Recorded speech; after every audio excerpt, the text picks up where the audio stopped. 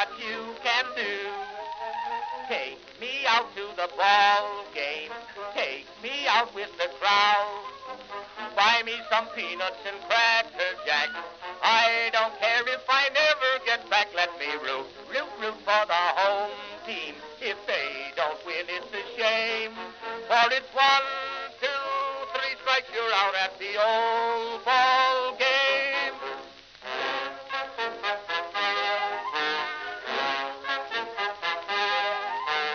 Katie Casey saw all the games, knew the players by their first names, told the umpire he was wrong all along, good and strong.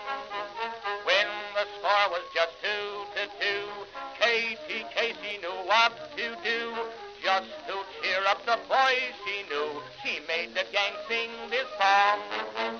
Take me out to the ball game. Take me out with the crowd. Buy me some peanuts and cracker jack. I don't care if I never get back. Let me root for the home team. If they don't win, it's a shame. For it's 1, 2, 3 strikes, you're out at the old ball game.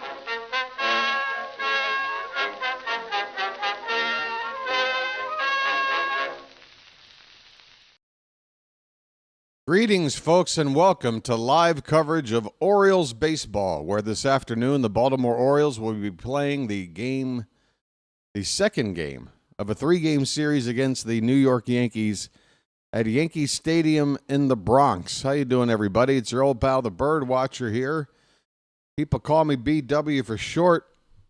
Charm City Chat. If you're here already, let yourself be heard. Say hi in the Charm City Chat, folks. We got a big game coming up. The Orioles last night arrived in the Bronx with a very tough challenge, going up against Max Fried, and we won. We won. The Orioles are now 3-1 against the Yankees on the season, taking 2 out of 3 at home earlier in the season, and the first game of this one last night. Going for another one today, folks. We are now 9 games under 500. It's the first time we've been single digits under 500 in a while. We've had a record of 17-8 over our last 25 games, folks. 17-8 in our last 25. To turn 19 games under to 9 games under. Or wait, that doesn't work out. It's something like that. I don't know. We've been doing well, folks. We've been doing well. Take away one really bad loss in Tampa. We're doing really, really well. And we're hoping to continue it today. That's the plan. I'm here for it. I'm trying. Let's just get into it. I need a little help getting started. I took a very short nap, and it was probably a better idea just to not do that, because my body's still saying, why aren't we sleeping? You can't sleep. The Orioles are about to play. And under 10 minutes, and about 10 minutes, first pitch coming up. We've got some bad news. Let me go ahead and get this out of the way. We don't know how bad it is yet. But it's not good news. Adley Rutschman is going to undergo an MRI. It looks like there may be an abdominal injury for Adley. He has not yet been placed on the disabled list. I guess they're going to take an MRI. They're going to wait for the results and determine what to do from there. Maverick Hanley has been called up to the taxi squad. He is with the big club, not on the active roster at the moment, but with the taxi squad. He could be activated at any moment. So keep your fingers crossed on Adley. We don't want to lose him. The team is doing really well right now, and we've waited so long for so many of these players to come back, and we're playing well. Now we got Adley Rutschman down, and we don't know how long it's going to be, folks. So let me take a look at the Twitter feed regarding this just to make sure there's nothing. Left oblique strain. Okay. Not an ab strain, an oblique strain. Okay, oblique. I mean, that's in the same area, right? It would be the first time he would be going on the disabled list if he does. And Tony Mansolino was already being asked as soon as this information came out what the status was with Sam Basayo and whether or not Sam Basayo might get called up if Adley Rutschman were to get put on the disabled list. And Mansolino was saying in so many words that we're going to call up Basayo when it's the right time to call him up, not based on an injury to the big team. So that would tell me don't expect Basayo to get called up if Rutschman goes on the DL. And I think, if Basayo needs more time to catch, probably best to wait. Call up Maverick Hanley to back up Gary Sanchez. Sanchez not doing so well defensively, but the bat has been picking up. He had a couple of hits yesterday, including a big 2-out single in the first inning off of Max Fried to give us that early lead. Sanchez in the lineup today, and we're probably going to be seeing Gary Sanchez pretty regularly for at least a little bit. But yeah, once again, folks, we're going to have to wait on some updates regarding Adley Rutschman. Pitching matchup today has Zach Eflin on the mound. He has a record of 6-3, an ERA of 4.81. Last time out against the Rays, he got hit hard. Just tons and tons of hits he gave up. Something like 12 hits in his last start. Hoping he can bounce back. That was not a good start for Eflin 5 days ago. He'll be up against Clark Schmidt, right-hander for the Yankees. Got a 3-3 record, a 3.16 ERA. We're familiar with Clark Schmidt. Solid but not spectacular, I guess, would be a way to describe him. Solid but not spectacular. On paper, a better matchup for us than Max Fried is, and we got it done yesterday. So let's see what we can do against Schmidt today with Zach Eflin going on the mound for us. Here are the starting lineups for the visiting Orioles. Jackson Holliday will lead off and play second base. Jordan Westberg will DH again and hit second. Gunnar Henderson will be at shortstop and bat third. Ryan O'Hearn, the cleanup hitter, at first base. Ramon Laureano will bat fifth and play right field. Colton Cowser will hit sixth and play left field. Gary Sanchez is catching and batting seventh. Ced Mullins is hitting eighth and then playing in center field. And finally, Ramon Urias, who hit that go-ahead home run yesterday, turned out to be the game-winning RBI. He will bat ninth and play at third base. For the Yankees, they've got a different-looking lineup tonight. Or this afternoon, I should say. A couple different names in here. Ben Rice is going to lead off and play at first base. Trent Grisham is in center field hitting second. Aaron Judge will bat third and DH today. Cody Bellinger, who was not in the lineup last night, will play in right field and be the cleanup hitter. Jazz Chisholm, who was in the 4 spot last night, will drop to fifth and play at third base. Jason Dominguez, switch hitter, in left field, hitting sixth. Anthony Volpe will bat seventh at shortstop. J.C. Escara is doing the catching. He'll hit eighth, and Oswald Peraza will play second base and bat ninth. All right, folks. Once again, the Orioles with a win last night and 3 out of 4 on the season so far against the first-place Yankees. The Yankees' lead in the division is slipping away after losing, 6 in a row, I believe. They won the final game they had against the Angels. And then we've come to town last night, I should say, and made them lose again. They are now just 11 games over 500. 1.5 games up on Tampa. 3 up on the Blue Jays, and 4 up on the Red Sox. Meanwhile, the Orioles, 10 games out of first place, 6 games back of a wild card. Never say never, folks. 33-42 the record. We're still winning just 44% of our games on the season, but in the past 25 games, we're winning 68%. It's been a nice trend lately. Let's hope it continues today, folks. Hope everybody's ready for some Orioles baseball. Let's get the game up on the screen here. And let's goo, as they say.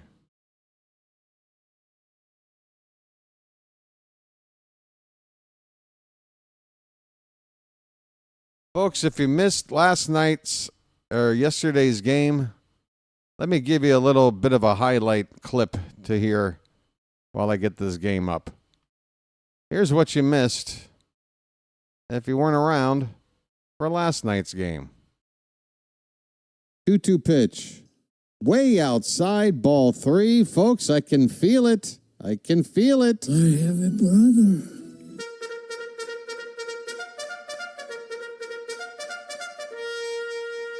BW feels things. Full count on Arias. The milkman on deck. Payoff pitch. Swung on, hit in the air to right. Backing up. Still backing up. And that ball is over the wall. Bye, birdie. A short porch special in the Bronx has given the Orioles the lead late. Ramon Arias, just 337 feet, gets the job done. It's 4-3 in the 8th inning. Who could forget that moment yesterday, folks? Ramon going oppo and just clearing that right field short porch to get the lead late. Oh, what a feeling. All right, folks. The game is up, or it's in a commercial break. And we are just moments away from getting started here. Charm City chat, good to see you back. Not been too long since we last left, right? He went to bed, he woke up, he had some breakfast, farted around a little bit, maybe got a couple of chores out of the way. And here we are, again. Hit the like button if you haven't already. Diddy Prods, Timothy Riley, Guillermo Hernandez, Edward Bowers, Daniel Berry, Matt, Frederick Mack, Book Doc, Jinxie the Cat, El Duderino, Quentin Speed, Ryan Lust, Slater. They're all here, folks. Hit that like button, please. And we're underway here just in a moment. I'm wearing the same shirt from game 1. Don't worry. Is the pit stain? Yeah, it's not there. It got aired out. Everything's fine for now. I let the shirt breathe for about 18 hours or so.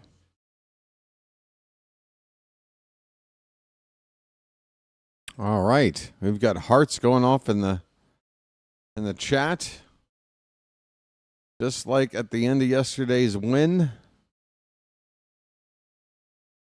I love to play. Folks, I got to tell you, going to Yankee Stadium, there is no longer any kind of fear or there's just nothing. There's nothing there anymore. Whatever the Yankees had as an advantage in the Bronx. Watching that game yesterday, I just remember there was a part of the game, it was pretty late in the game. It was a 3-3 tie. And the stadium was just quiet. Very, very quiet. Not like the old days at the old Yankee Stadium. And then there was a point in the ball game before, we had even taken a lead yet or what. I'm like, you know what? How we're going to win this game? We're going to win this game by having some fun. Because to me, the Yankees are the team that look uptight. Their fans are uptight. They've been losing lately, We're the team that's sort of, kind of already hit rock bottom. We already know what it's like to be bad. We kind of have nothing left to lose. I kind of like being in this situation. As long as we can ultimately get into the playoffs, I'm willing to tolerate this path to getting there. As long as we can get there. What happened? Huh? Somebody is saying that you have Tourette's? Edward? Okay. Okay, he gave me a name. Patrick? Yeah, I was going to say, how do we know? I remember seeing the word Tourette's in the chat. I don't remember seeing it assigned to any person in the chat. And Patrick is saying he wasn't talking about you. So, how do I handle that? I don't know why anybody would be picking on you, Edward.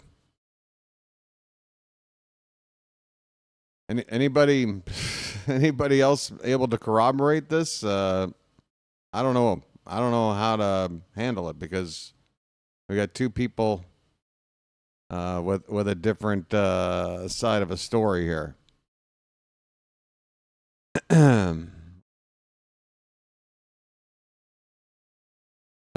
Asked the question, you said guess.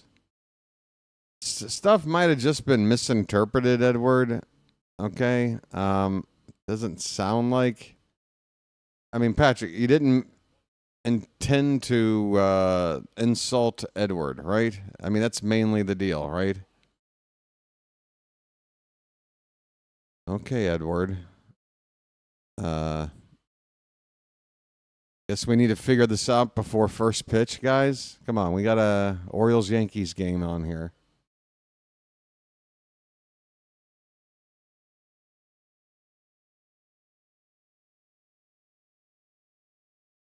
Yeah, I mean, I can go back and watch the chat from yesterday. I'll go back and watch the entire chat. That's what you're going to have to allow me to do because we got a ball game starting, and I'm not going to sit here and cast judgment on anybody without looking into it a little bit further, okay? So I hope, Edward, that you can tolerate that as my answer for now. The best I can do for you is go back and look at it and then figure out what to do from there, okay? In the meantime, I don't think Patrick is going to try and mess with you because even if he had yesterday, he and everybody else should know that if you do, mess with people in the chat, it's not going to go down well. We try to have a nice, charming community here, okay? Patrick says, I'll clean it up. There's a series of random posts. I never mentioned anyone, just Tourette's typing. That's it. Yeah, I remember seeing that, Tourette's typing, and I had no idea what that meant. I remember seeing it in the chat more than once yesterday. Had no idea what it meant. But I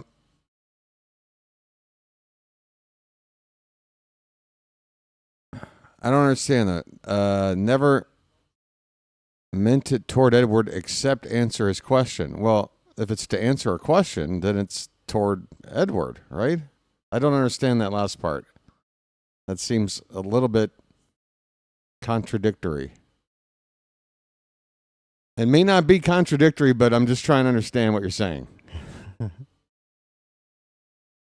Look, we'll proceed. Matt is here. Matt is a mod in the chat. Matt, if you don't mind, just keep an eye on things, and I'll trust your judgment, Matt. And again, I'll take a look at it later, in fuller detail. Okay. Again, folks, we're trying to have fun today. We're trying to enjoy some baseball. If anything did happen yesterday, you know, we'll figure it out. But just be on your best behavior today and try to focus on the ball game, folks. First pitch of the game is fouled back by Holiday. We are underway here at Yankee Stadium. Holiday is hitting .260 coming into today. Partly cloudy skies. Pretty nice looking afternoon in New York. 0-1 from Schmidt is at the top of the zone with a fastball. And the count is 0-2 on Holiday.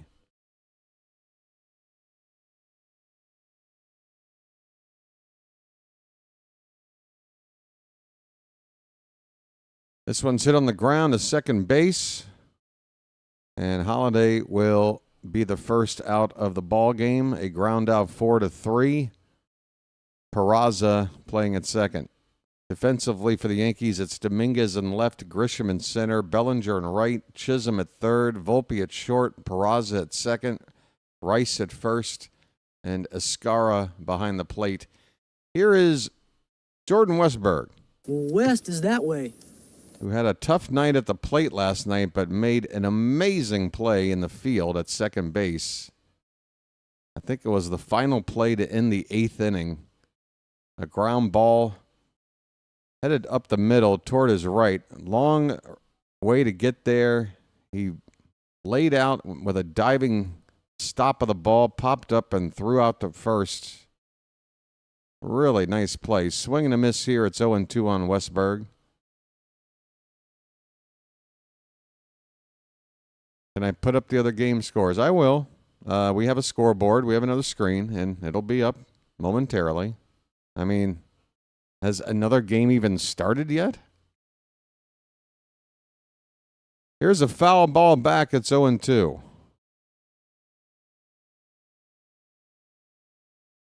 .229 the average for Westberg. Yes, what? What is yes? Yes, there are other scores of games right now? I don't see any. What are we missing? Pitch is high. It's a ball and 2 strikes. There's literally no other games on right now, dude. No other games on. There's your scoreboard update. Detroit versus Tampa. Okay. That game will be... Gee.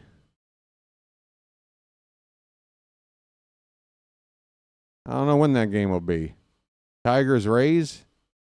There is a game on. What you guys have to understand is it's that weird time of the day where I am now already in Sunday, okay? I bring up the scoreboard and it's split up between yesterday and today. Okay, I see it. 5-0 Rays over Detroit. Top of the 4th. Gotcha. Okay. A full count on Westberg, and that is ball 4 outside, folks. We've got a 1-out walk. All right, just to prove to you guys, okay, just to let you know I'm not lying. Here's a look at my Yahoo screen, okay? So if I go to right now, this is my live scoreboard. This is the only game being shown as being live. Everything else is being shown as upcoming, including Detroit-Tampa, but that is actually the Sunday game, which starts at 11 p.m. my time tonight. The first game, I have to click back on the previous day, and even though all the other games on this previous day are over, you can see there's your 5-0 Detroit-Tampa score, okay? So that is why I was under the impression there were no other games on right now, all right? But there is one other game on, all right? We clear? Okay, fantastic. 1-1 the count on Gunnar Henderson with 1 on and 1 out. There's a foul ball off to the right, and the count is 1-2. His name's Gunnar, and he's dating my mom. Yep, I'm on Bangkok time. Currently 15 minutes after midnight. Local time for me. 1-2 on Gunner. Check on the runner. Westberg back in there.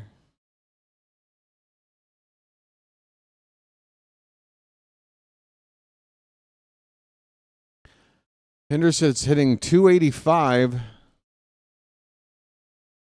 And with runners on base, he's hitting 327. Wow. We've got a clutch hitter on this team. Another foul ball. 1 ball, 2 strikes. All right, so you wanted the out-of-town scores. Well, the scoreboard is now up, so boom, there you go. Just sit back and wait for how long ever it takes for the one other game that's on right now for that score to pop on by. Gunner fouls another pitch. It's still 1-2. How about a bugle?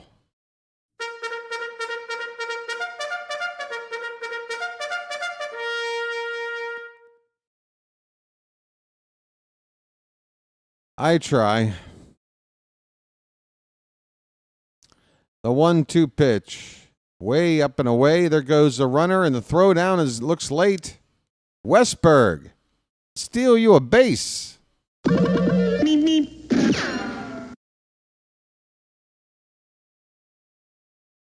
Wow. And apparently this guy, Escara, behind the plate, has not thrown out a base runner yet. He is 0 for 18. Well, keep on running, boys. I know we haven't done well in the conversion rate with stealing bases, but man, if this guy hasn't thrown out a guy all year, keep on running. Westberg, that's his first steal of the season. And this pitch is up and away to Gunner. Full count.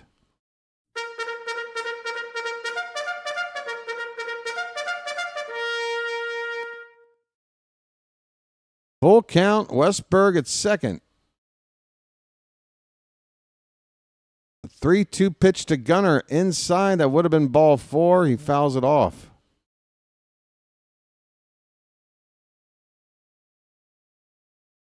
Ryan O'Hearn is on deck.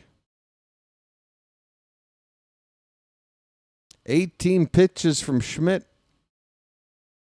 He's only gotten the 1 out. 8 pitch at bat so far right here with Gunner.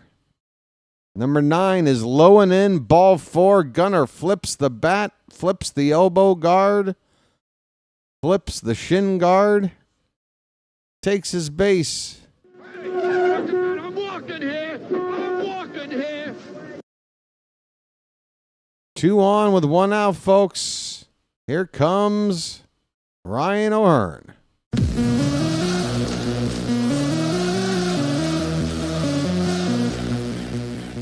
Lights on. Let's turn and burn. O'Hearn hitting 304. First pitch to him is inside, not close. Ball 1. O'Hearn is 5 for 12 off of Schmidt lifetime, and 3 of those 5 hits were for extra bases.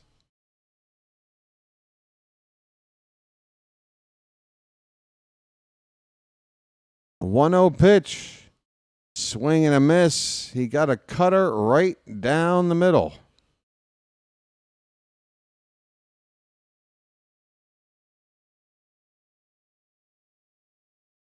Westberg at second, Gunner at first. The 1-1 to O'Hearn. Swung on and fouled back.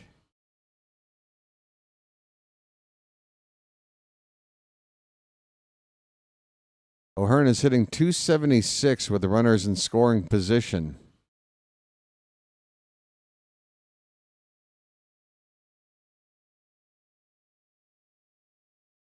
Another 1-2. That is a breaking ball. It drops in for a strike 3. O'Hearn got fooled. Saw a pitch that started up. Didn't know it was going to drop down.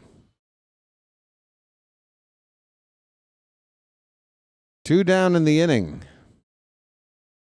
And that'll bring up Ramon Laureano, who's been just about as hot as anybody in this lineup. Up there in an RBI spot, 2 on, 2 out.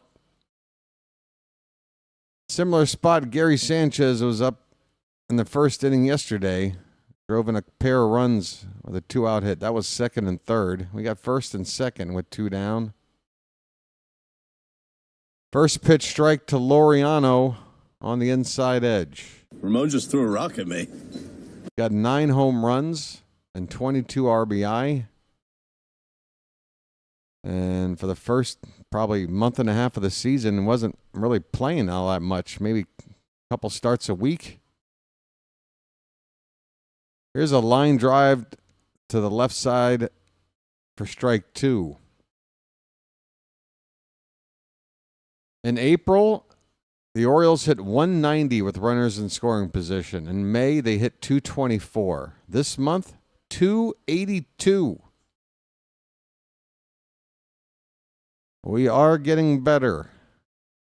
The 0-2 pitch off the plate, 1-2 the count. Come on, Laureano.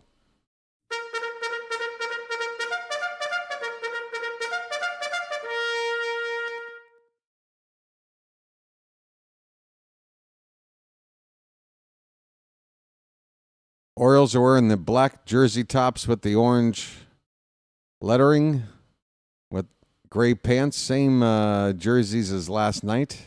It worked last night. Not broke, don't fix it. 1-2 on Laureano, the pitch. That one's popped up. Third base side, Chisholm is backing up onto the outfield grass to make the catch. And the inning is over. The Orioles get 2 men on and strand them without the benefit of a hit. We go to the bottom of the first. Orioles nothing, and the Yankees are coming up.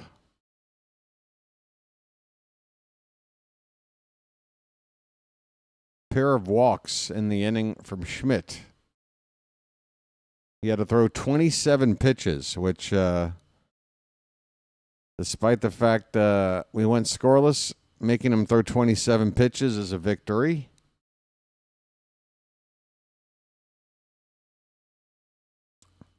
PW, which logo do you prefer? Logo? You mean the cartoon Oriole bird? Or like the realistic looking bird? Like those two logos?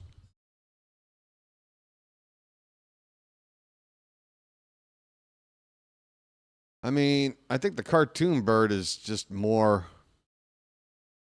symbolic of the team. I don't know. But I do like the regular bird as far as like wearing a hat. When we switched to the regular bird again in 89, that black hat, I really liked it when we made that switch. And it was like a new era for the team. 89 season, very special for your boy BW. So when we switched over the hat to the realistic bird, I couldn't get enough. I had like half a dozen of those hats in various varieties. But the cartoon bird is, that's our, you know. If I had to get like a tattoo, it'd be the cartoon bird, you know. That makes sense. Zach Eflin, folks. Ben Rice at the plate. First pitch is inside by a foot for ball 1. Eflin got to do better than he did last time out. He was giving up hits for like nothing. Like they were free samples at Costco. Here's a shallow fly ball in the right center field. Mullins will call off Laureano and make the catch. 1 down. Again, the Orioles have Cowser, Mullins, and Laureano left to right in the outfield. Very good defensive outfield. Mullins doesn't have the strongest arm, but Cowser and Laureano do. And Mullins can absolutely cover a lot of ground, but so can Cowser and Laureano. And this isn't a very large ballpark.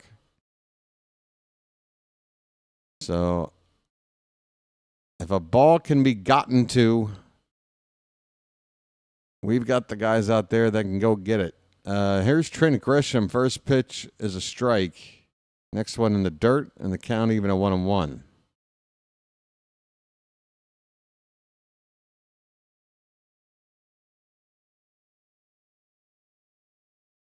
Real bird for a tramp stamp and neck tattoo for a cartoon bird. Okay, I can see that. I've not heard the expression tramp stamp in probably 20 years easy. Been a while. Joel's bringing it back.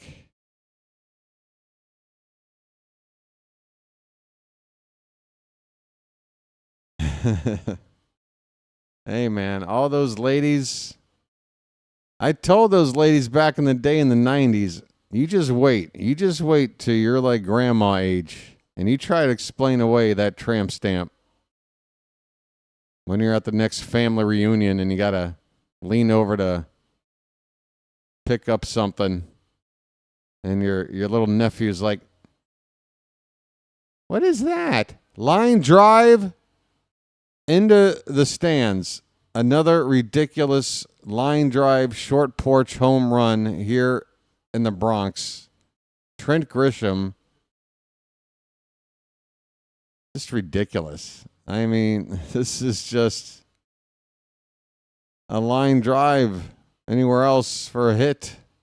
It's a home run here.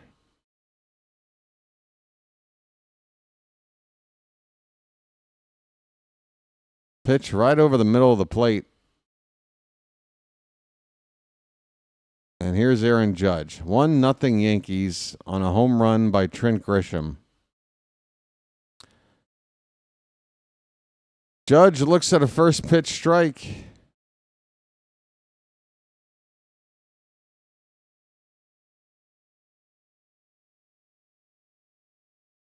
Next pitch inside.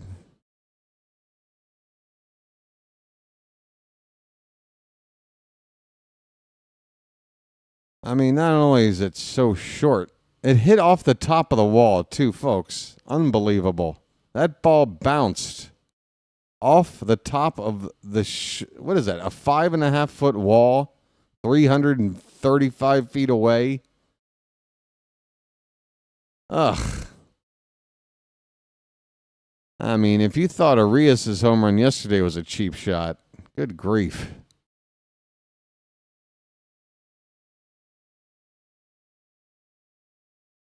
One and two, the count on Judge. Inside, 2-2.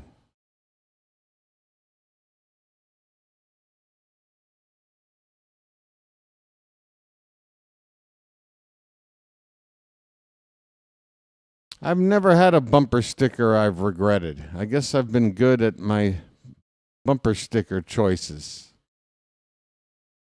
Like when I used to live in South Carolina and got a customized bumper sticker that said, country music is the work of the devil. Here is ball 4 to Judge. Pitch outside.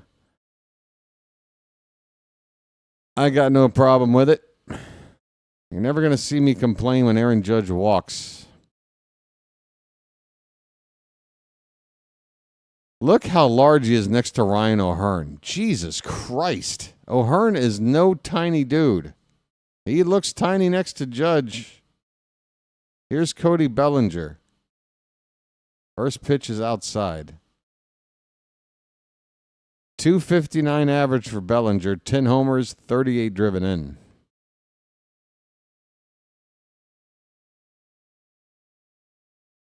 Yeah, Canseco was playing for the Rangers. I believe that was in Cleveland, that ball you're talking about. Pitch is low to Bellinger. 2-0 the count. Bellinger, 5 for 16 off of Eflin in his career. 2 of those 5 hits have left the yard.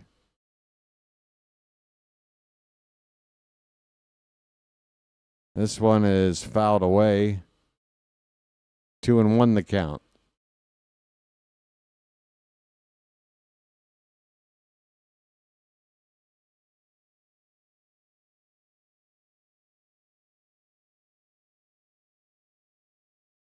One nothing Yankees. We're in the bottom of the first. On a home run from Trent Grisham. 2-1 pitch is a changeup a foot outside. 3-1.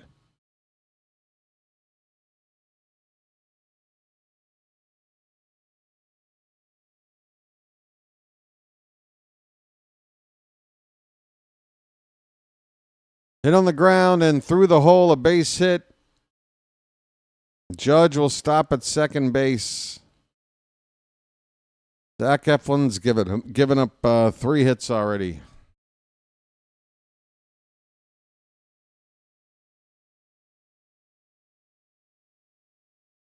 No, he hasn't. 2 hits and a walk. Sorry. 2 hits and a walk. I apologize. Jazz Chisholm's up.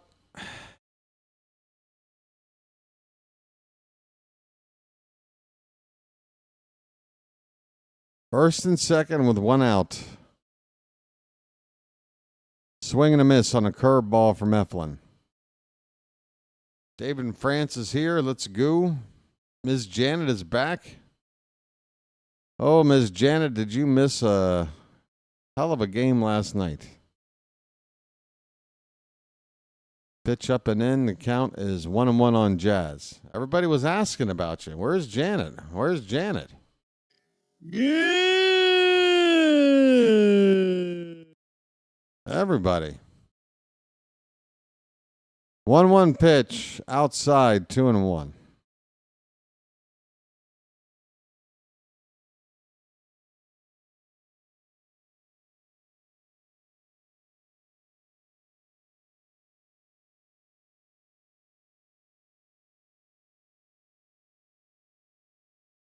Three balls, 1 strike. That pitch a foot outside. Zach Eflin is all over the place.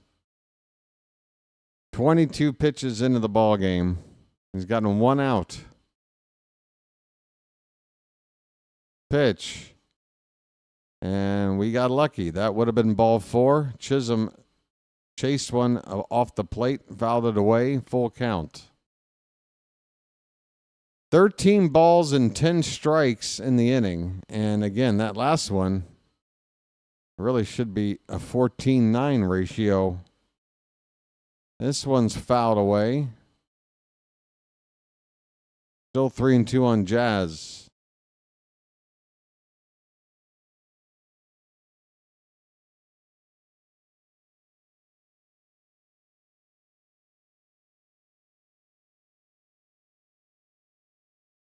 First and second, 1 out. Payoff pitch to Chisholm is a called strike 3. See you later. 2 down. Needed that one.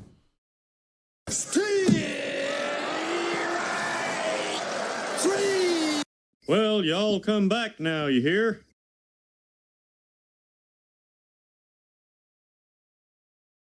That pitch started inward and then tailed back over the middle of the plate. 2 down for Jason Dominguez. Switch hitter batting from the left side.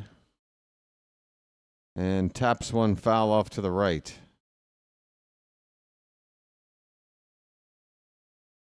Eflin's going to finish this inning somewhere around 30 pitches, it looks like.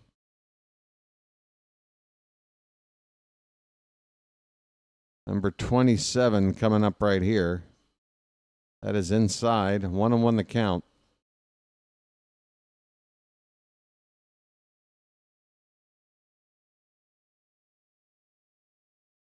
Sagano had to throw about 30 pitches in the first yesterday. And his day did not last very long. Swing and a miss. 1-2. Good curveball from Eflin. In terms of getting a chase, I should say. The pitch was nearly in the dirt, but effective curveball there. 1-2. And another curve. Tried to get him to chase in the dirt, but this time Dominguez says, no, that's too low.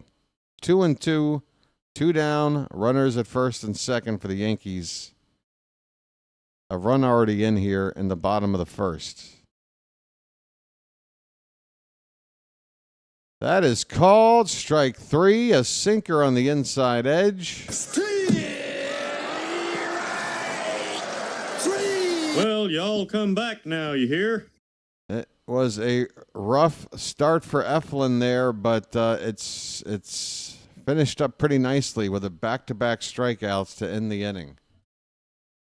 The Yankees get a run on a very, very cheap home run from Trent Grisham. We go to the second inning, 1-0 Yankees. Cheap-ass home run. Now, look, when we do it, I'm not going to focus too much on how cheap of a home run it is, but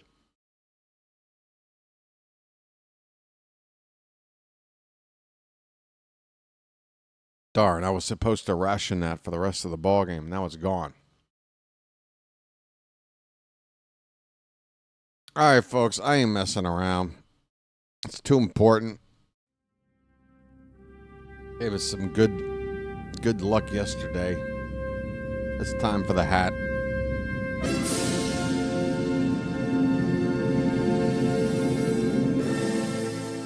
I feel better. I feel protected. That hat wraps around the forehead. It cradles my skull.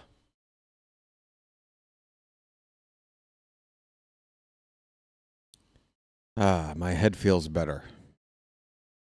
Come on. Let's get some runs. Clark Schmidt had to throw 27 pitches in the first inning. Walked a couple of guys. Now let's get some hits. Cowser, Sanchez, and Mullins due up, folks. Get them cows up in the chat. What do you say?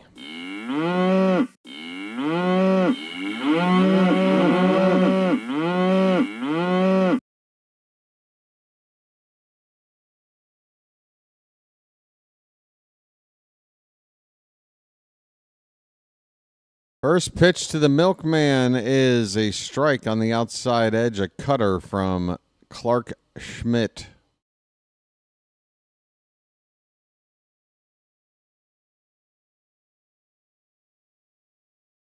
Up and away with the next pitch. 1-1 the count.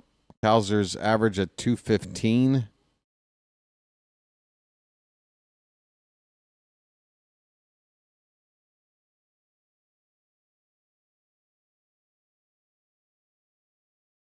There's a called strike. 1-2 the count.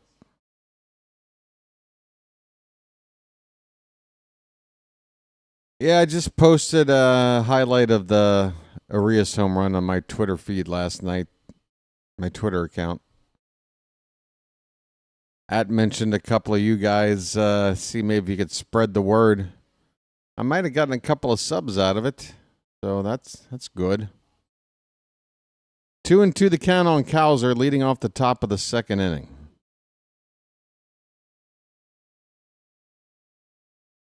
And he fouls one away here. A lot of empty seats in the lower bowl here at Yankee Stadium. No particular sections are empty, but scattered empty seats all over the place. Swing and a miss. Cowser chased one low and strikes out.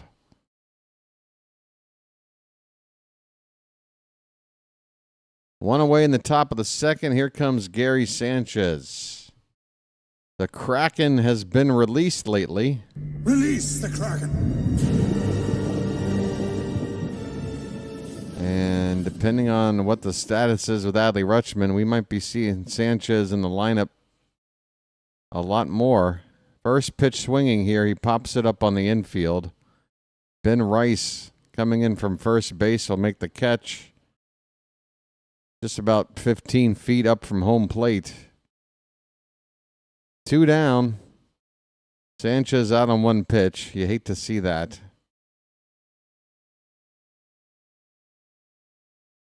Supposed to get into the mid-90s in the Bronx today. Here's said Mullins. Shows bunt, pops it up, and fouls it behind the plate. Well said, now you know what to do. 225 average for Mullins, dozen homers, 35 driven in. Still leading the team in RBI, I believe. Upstairs with the next pitch, 1-1 on said. Swollen glutes.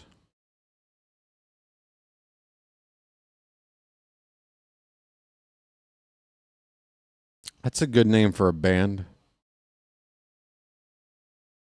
This pitch is fouled back, 1-2 the count. Adley's not on the DL yet. He's just being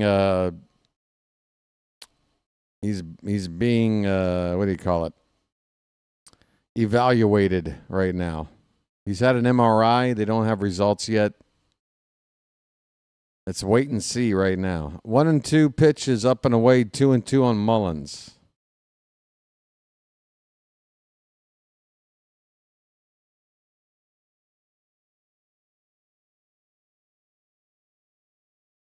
Well, who said what? Called strike 3. Mullins is down looking. He doesn't like the call. Said pretty calm about it, but letting the umpire know he's not very happy. Mullins out looking. 10 days Slater said, so there has been an update. Okay, let me go in and look. Kind of hard to know about updates that happen while I'm streaming. But let me take a look.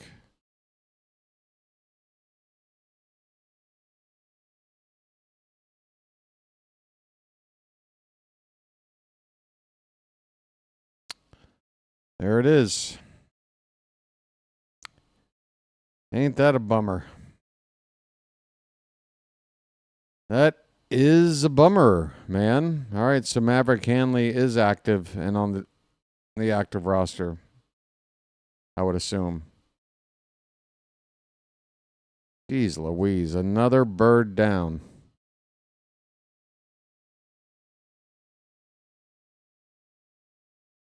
Sorry about that.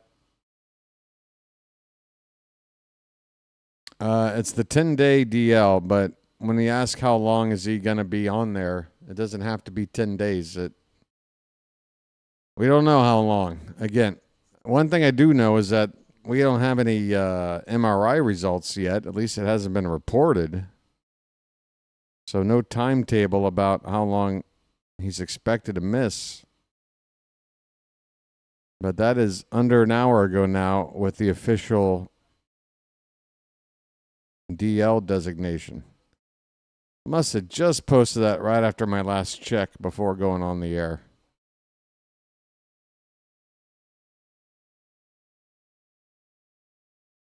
Oh, it was a hell of a game last night, Janet. Many ups and downs. A topsy-turvy affair. Anthony Volpe at the plate, strike 1 to him to begin the bottom of the second.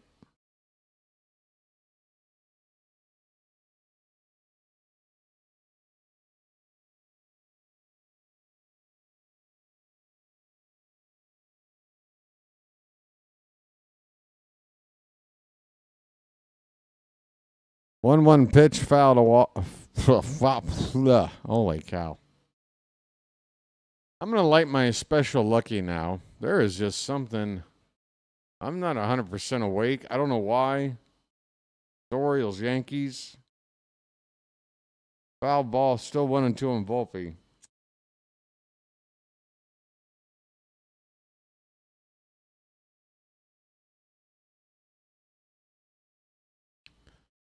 I got a brain cloud right now. I don't know what it is. I got a brain cloud. I gotta jolt myself back into shape here. 1-2 pitch, swung on a miss. Volpe strikes out to begin the second inning. That's 3 straight strikeouts for Eflin.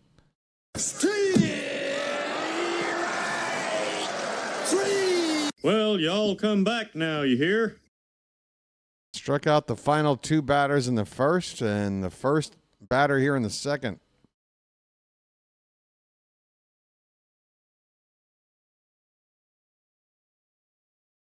Here is Escara. J.C. Escara takes low for ball one.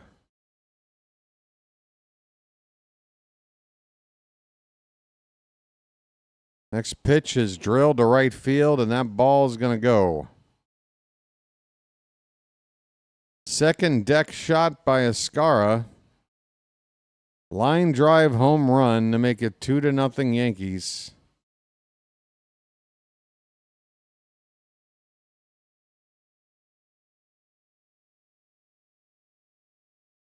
Just the second home run of the season for Escara. And that ball, look where this pitch is. I mean, that ball is just begging to be crushed.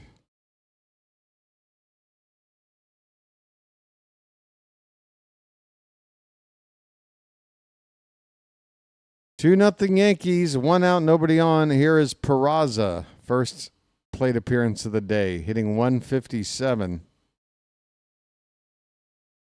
He shows bunt and went around. It's 0-2.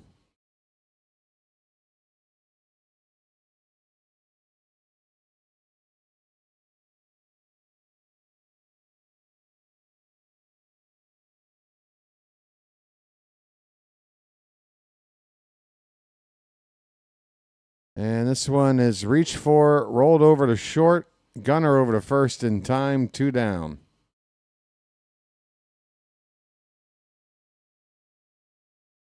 Back to the top of the order for the Yankees. Ben Rice, 0 for 1.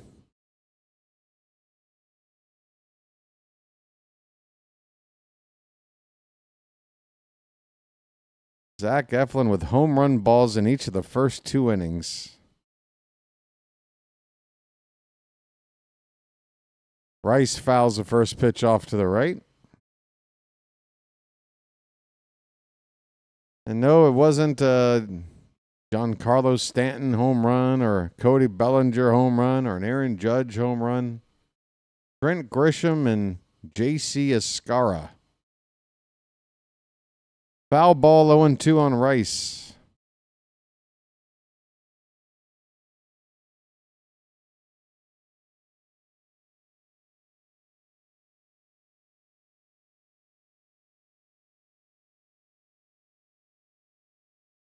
Whew. 0-2 pitch. Fouled off to the right.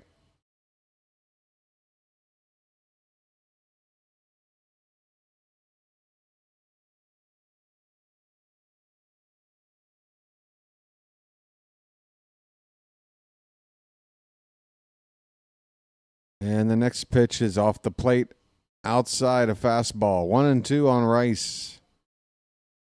44 pitches for Eflin. Were 2 outs in the second inning.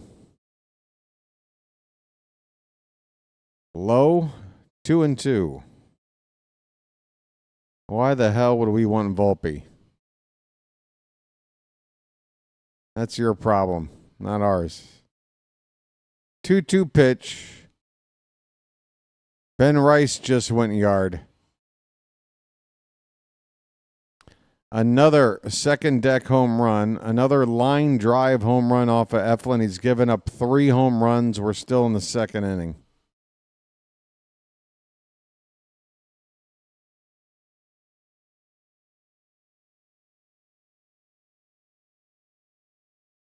Must be those torpedo bats, huh? That must be it. That's the ticket.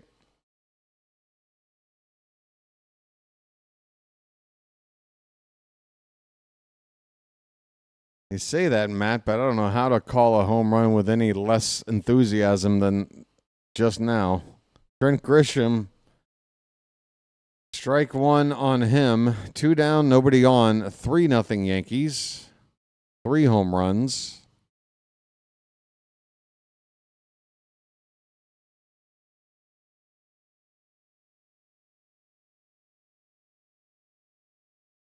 Suddenly, Zach Eflin is the new Charlie Morton, and Charlie Morton's the new Zach Eflin. Here's a line drive base hit into right field.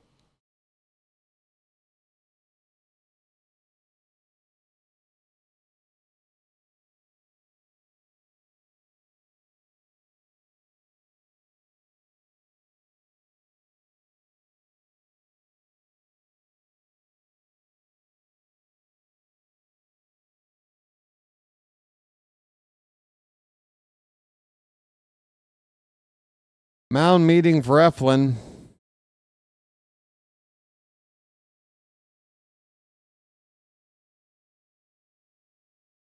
It's only Aaron Judge up next.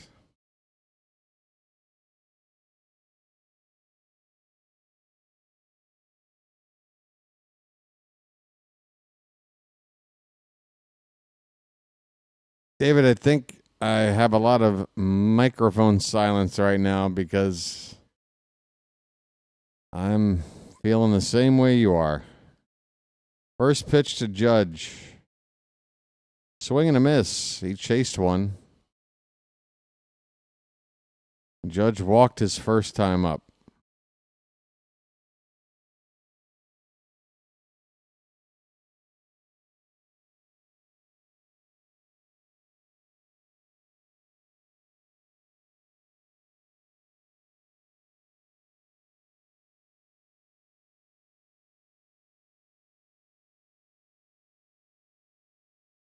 It is 3-0 Yankees. We're in the bottom of the second.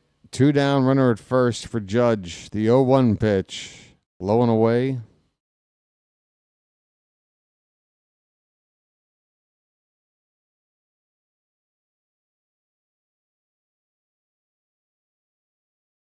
Yeah, last time out, Eflin got hit around. He wasn't giving up home runs like a free after dinner mint like he is today, but he was giving up hits. He gave up 12 hits in his last start. And today's not fooling anybody. 1-2 pitch is low and away, 2-2.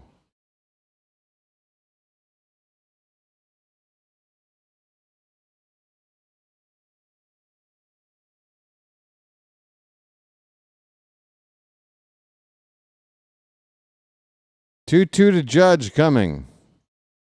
Ball 3. Cutter inside. Didn't miss by too much, but Judge, along with everything else, has a pretty good eye at the plate. Payoff pitch with 2 down. Runner at first will get a jump start. Ball 4.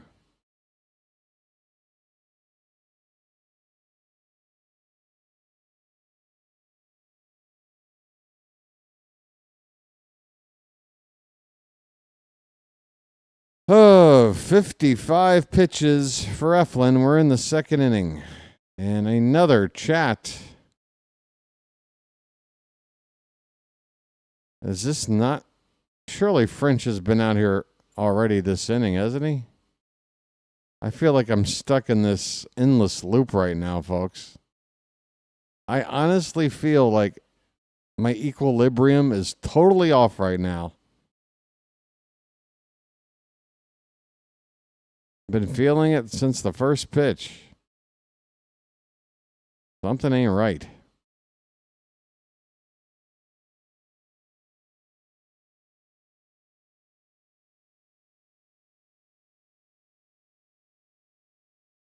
Cody Bellinger.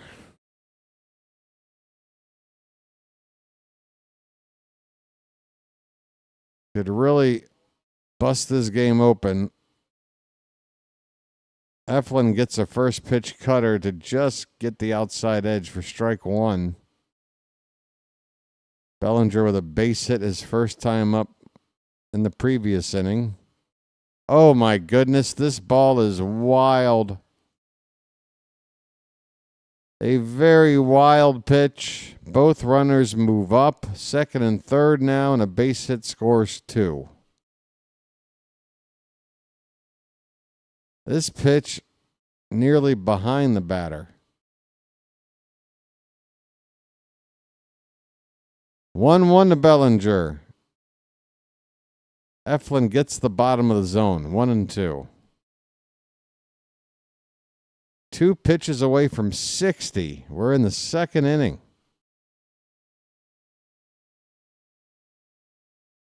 And a comebacker to Eflin. He'll pick it up, throw to first to win the inning.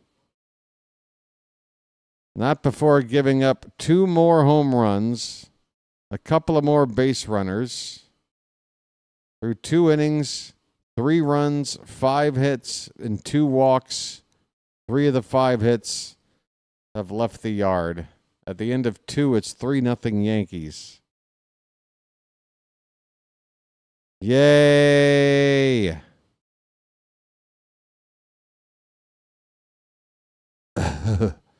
This sucks. Now this is such a crappy start to the game. Somebody help me. I need help. I need a morale boost, folks. Somebody help BW get back into this game. If I'm not back in it, we'll never get back in it. But I can't just snap my fingers and get back in it, folks. I don't know what's going on with me. I'm like in this weird limbo right now.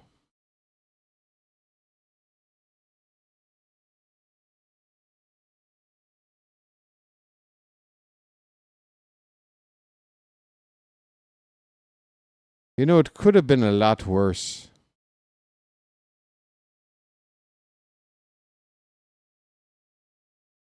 Well, the good news is all the home runs are solo shots. He's given up a lot of traffic outside of those home runs, and yet, yeah, it could definitely be a lot worse. I'm not the only one feeling a little discombobulated. Okay. It's just weird because you would think, you know, coming off that win last night, it would just only feel natural just to be running high on adrenaline, and if nothing else. And I don't know how, you know, I have my share of ailments and illnesses and whatever that come and go. I'm feeling okay for the most part, physically and what have you. I can't complain. Ramon Arias called a strike on the outside corner, but something is off. Something is definitely weird. You know, like you ever take a nap like in the middle of the day, and then when you wake up and it's like the sun is setting, but when you wake up, you don't know if it's like the morning or if it's the night. You don't remember why you went to bed to begin with. You're just completely oblivious. Here's a fly ball to left field by Arias. Dominguez, waiting on it, makes the catch, 1 away. So, yeah, it's that kind of like waking up from a fever dream kind of a thing.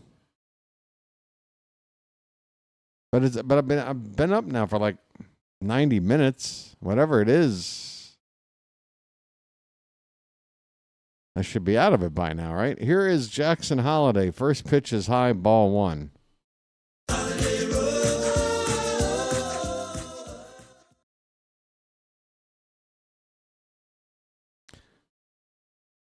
Yeah, maybe it's just sleep deprivation. It could be that. Not enough oxygen getting to the brain. I want to know on Holiday. Let's diagnose BW and figure this out. 2-0, make it on Holiday. Here's a foul tip, 2-1. Have a lucky. That's good advice, Doc. I like your style. Swing and a foul ball again. 2-2 on Holiday. Kobe Mayo is on deck. Huh? What?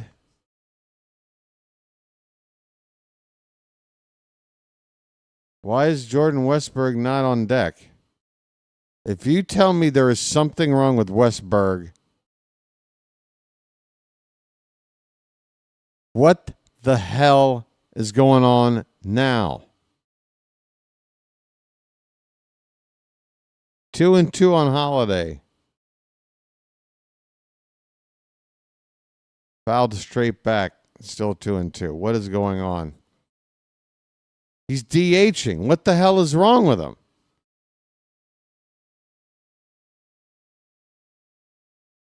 He got on base. He got a walk. And was out there. Nothing really happened. We got a super sticker that just popped in, folks. Message for you, son. Frank W. Message for you, son. Just wants to say thanks. Hey, I like the little cartoon lady. That's my kind of lady right there. Swing and a miss. Holiday goes down for the second out. Wow.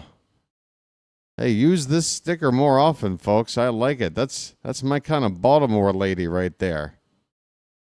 Big bouffant pink hair, broad shoulders. Looks like she could beat me in arm wrestling. That's my kind of lady. And I want to thank you very much for that. I really do. That's a Baltimore Hun right there, if I ever seen one. Thanks, Frank. That does help out the morale a little bit. My equilibrium is still off, but that helps the morale. Thank you. Mayo with a fly ball to right field. He's on the pinch hit for Westburg. We don't know why yet. He makes an out on one pitch, and the inning is over. Right now, I just want to know what's up with Westburg. I don't care that we're losing to the Yankees. I don't care that Zach Eflin looks like crap today. I just want to know what the hell's going on with my boy Westy. Adley we already wake up yesterday or whatever and see a lineup card. Rutschman's in there. Next thing you know, he's not. Next thing you know, he's on the DL officially, like right at first pitch. And we get 2 innings into the game, and now we've lost another guy. What the hell? We can't afford to lose Westburg, man. I just cracked. My voice cracked. I'm a 48-year-old man. That's how much this means. We can't afford to lose Westburg. It's not just about his production. It's just his presence. I mean, and just the morale. I mean, Westy went down again with Adley now just down. I mean, how many more obstacles are we supposed to overcome here, people?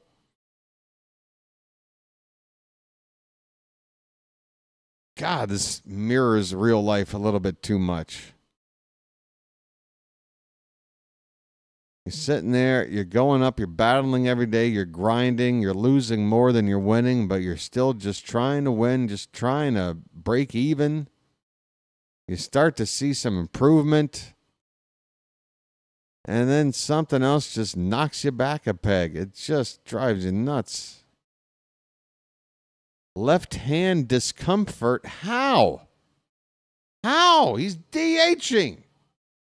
He did steal a base. You mean to tell me the one base he stole, he slid in there and got his hand messed up? You got to be kidding me. That's the price we pay for running on that catcher who hadn't thrown anybody out? Oh, my God. Here is Jazz Chisholm leading off the bottom of the third. 0-1 the count. Next pitch up and away. 1 ball, 1 strike.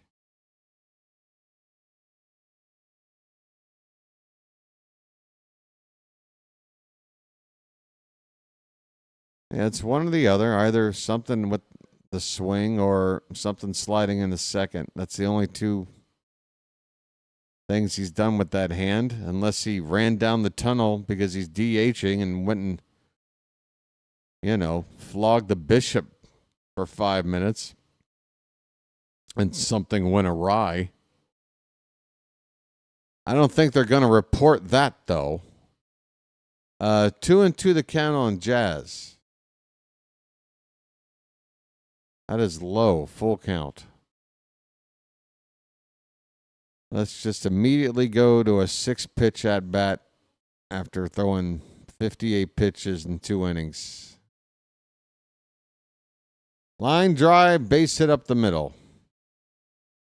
Henderson laid out, trying to make a diving catch. Out of his reach. Left hand issue.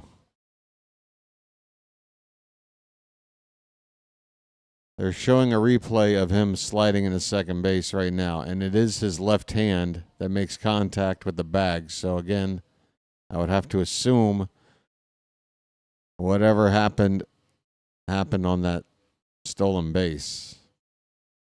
I would give that stolen base back 1,000,000 times over if that's the result. Jesus, we finally don't get caught, and this is the result? Let's just leave base running out of the equation, all right? Station is station. Jesus Christ. 0-1 on Dominguez, low and away, 1 ball, 1 strike. I mean, Cowser injured his finger, broke a finger or whatever, sliding into first. That was months out. So what is discomfort or issue? I need more than that. Issue. Could you be any more vague?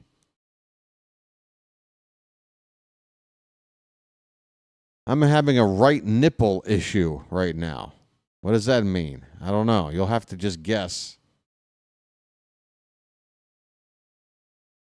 Either it's dry and chafing, or there's currently a Doberman pincher biting on it right now. Who knows? There's an issue. You'll just have to guess. Curveball in the dirt. 2-2 on Dominguez.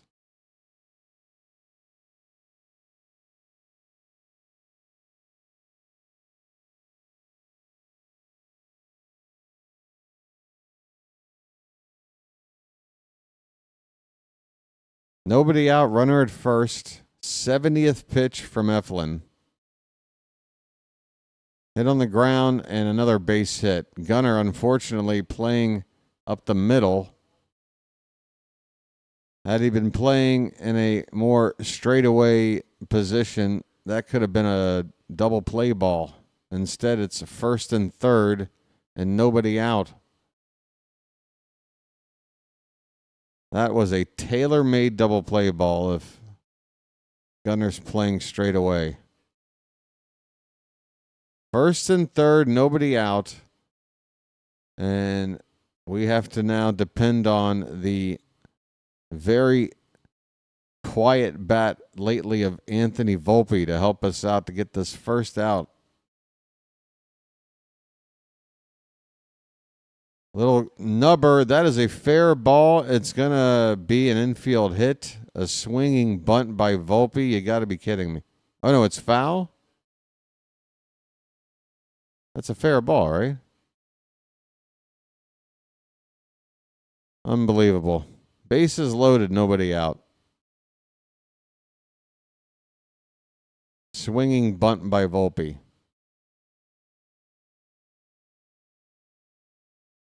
Escara, who hit a home run his last time up there now with 3 men on and nobody out. First pitch is inside. Oh, Lord, Lord, Lord. Game 1, I ordered up some McDonald's. Game 2, I might have to order up a lady of the evening to come over here. Get through this game. Off the plate, 2-0.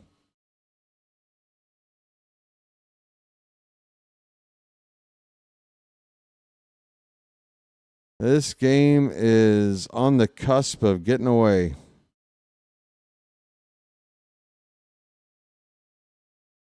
Three and 0.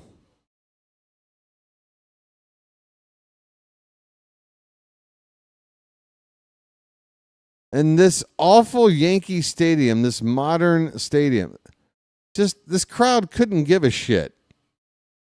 They should be like going crazy right now, on the verge of busting this game wide open. And they're all, let me look at them. A couple of people are just slightly clapping. Most people are just a lame crowd. This place is just not what it used to be. Called a strike, full count on Escara.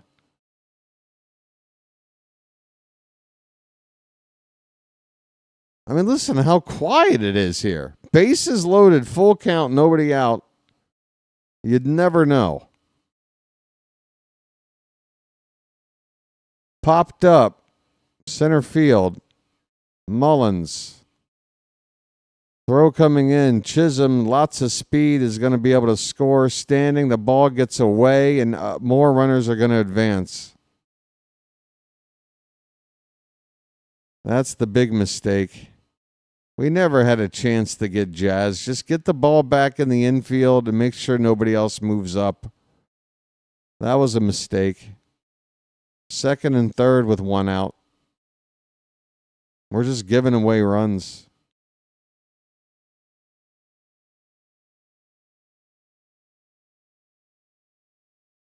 I mean, I know why the fans here are so lousy. It's because the prices of these tickets are so ridiculous that you're only getting people. This is a bloop shot down the right field line. Fair ball. Here comes another run. Here comes another run. It's 6-0 Yankees.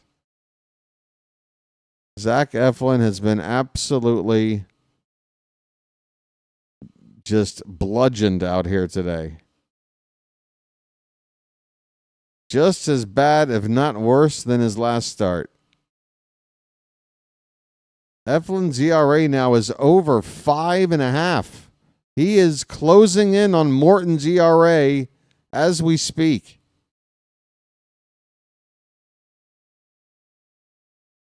Ben Rice pops it up to right field. This will be the second out. Laureano has it.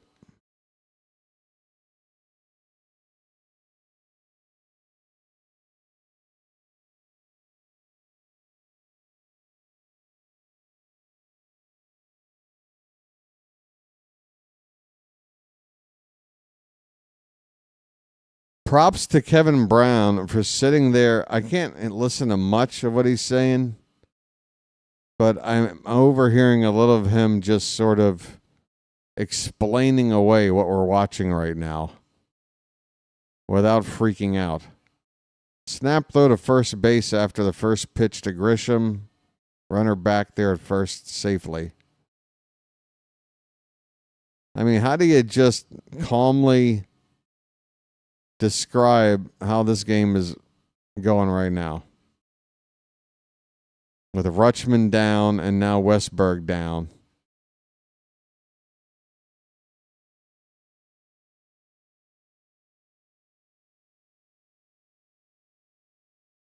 And we can't get a call on the edge either. That was a strike according to the robot ump. Human ump says ball one.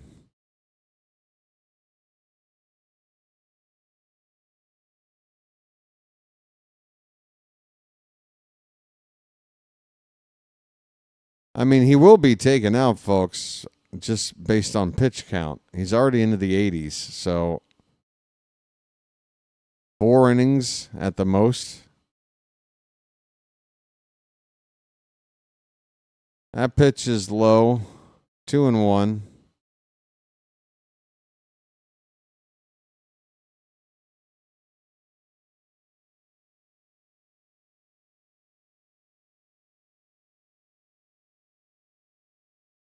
Judge on deck. Grisham puts his hand up on the bat as if to square to bunt. Never really commits. Never needed to. The pitch is off the plate. It's 3-1. 30 pitches in the first. 29 more in the second. 24 so far here in the third. 3 home run balls. A wild pitch. And here's another base hit into center field. Get him out of there! I got to step away. I got to step away.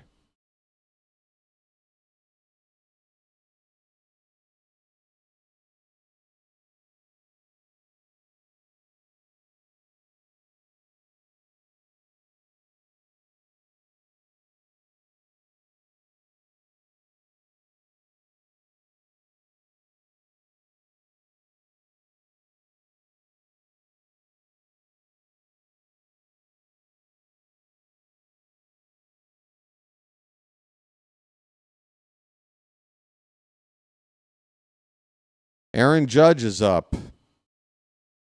Ball 1.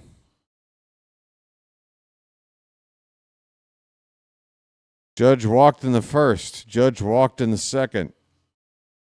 Judge is up in the third. With 2 on, 2 out. Swing and a miss.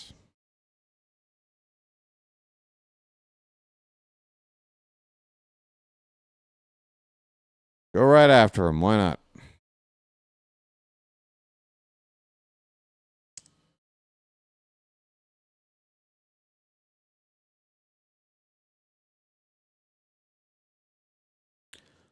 Swing and a miss. 1 ball, 2 strikes.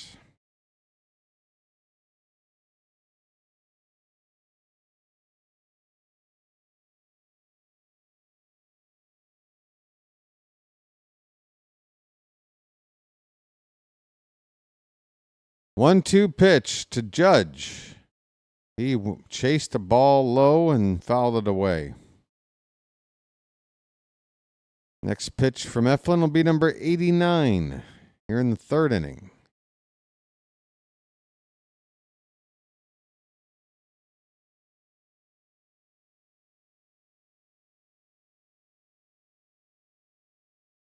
I mean, again, the pitch count is such where he's not going to be able to even get through 4. So if he's not going to be able to complete 4, just go ahead and yank him. I mean, we're talking about an extra couple of outs. We're talking about needing to get, 19 more outs instead of 18 more outs? Just who cares? Just get him out of there. 2-2 on Judge.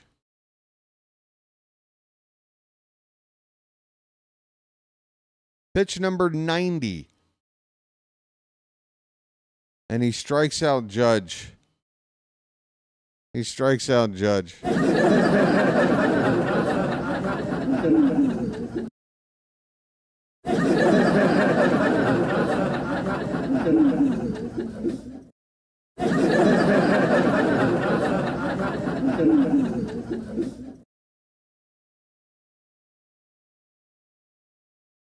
Well, y'all come back now, you hear?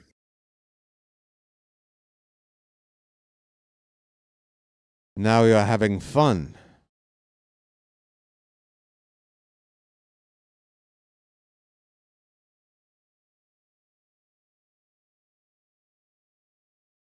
This is like renting a room from Airbnb. You show up and the place smells like cat piss.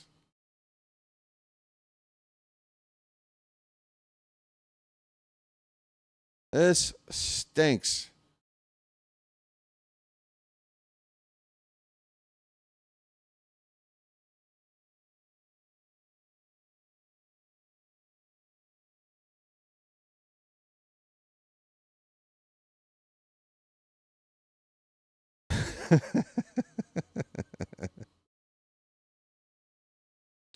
Shit.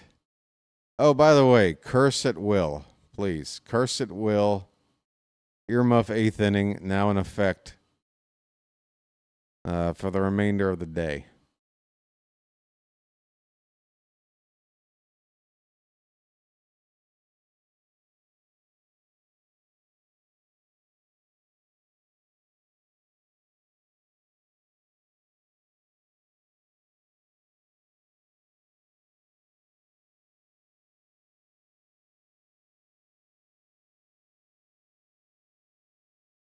I get any new subs last night? You know, my typical handful.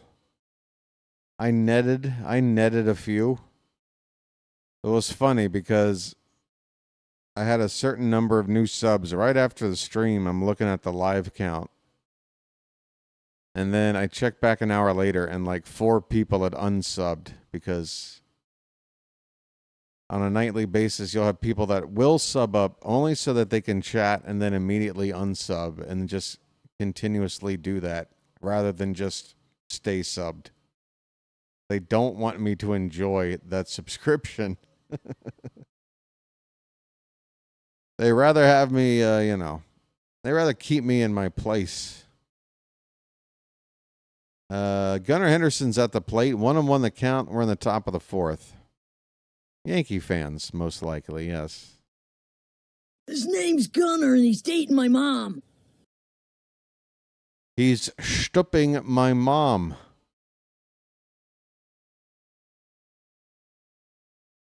Two-one is a hard one bounce liner to second. Gunner retired, 1 away.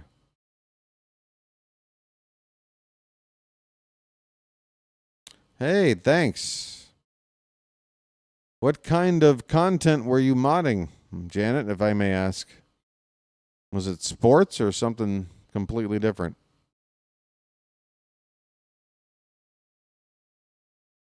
They realized I was an expat. What does that have to do with anything? Why would they make that realization after the game was over? What are you driving at with that comment? Seems like you've got something on your mind. Why would anybody unsub after a game because they knew I lived overseas? That baffles me. 0-2 on Ryan O'Hearn.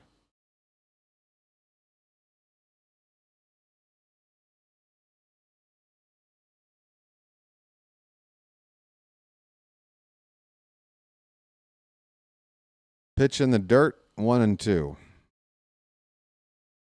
1 out and nobody on. We're not winning, PETA. Not us. We got a long way to go to be winning. We're down 6. Oh, I'm pretty relaxed, and I'm pretty sure I spend most of the streams I do joking too, so don't worry about me. Just, using my noggin, trying to read into your comment.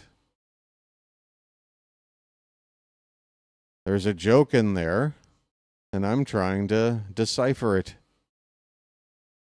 This pitch is bouncing in there. Hits O'Hearn, I guess. We'll take a hit batter. O'Hearn in the foot.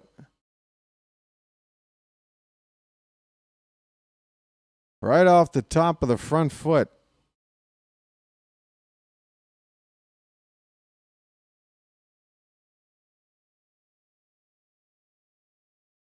All right. Can we get 5 more of those? As long as it doesn't hurt too much. Nothing to be sorry about, man. We're fine. We're chilling. Look, I mean, come on, dude. We're getting our asses kicked right now. Last thing I'm worried about is this. That's a called strike to Laureano. 0-1. He is 0 for 1 today.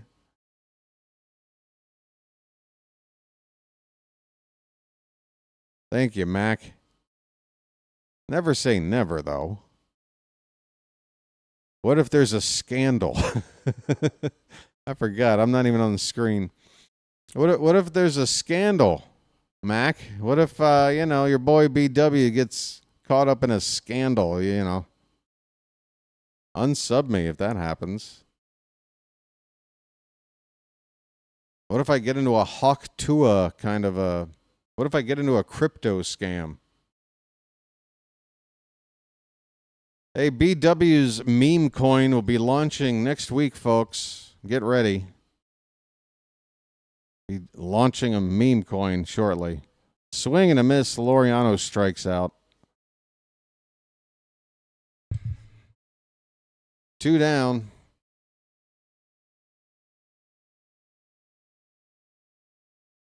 You guys excited about the new crypto meme coin? I got some NFTs as well. I figure I'd, get into the NFT game now that that's hot.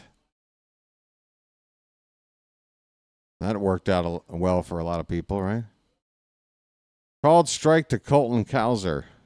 BW Bucks.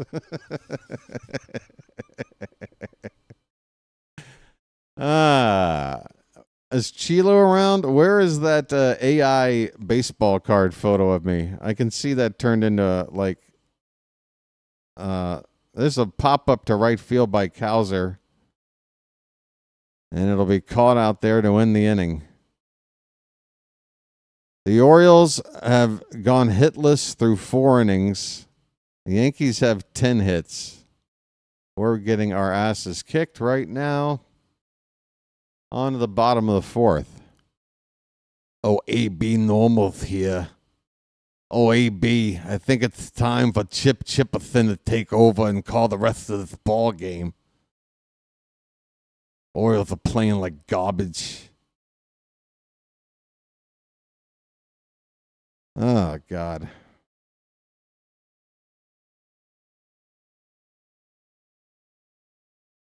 I hear you, Jake, but, I think Westberg is a gamer.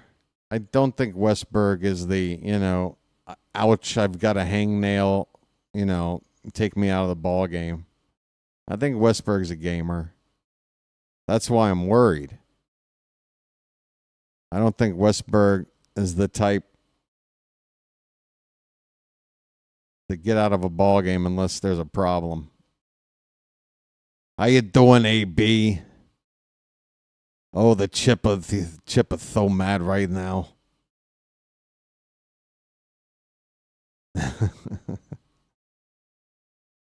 Matt's ready for a comeback. I mean, there's time. Look, the Rays did it to us. Not unprecedented, but holy cow. A lot of work to be done.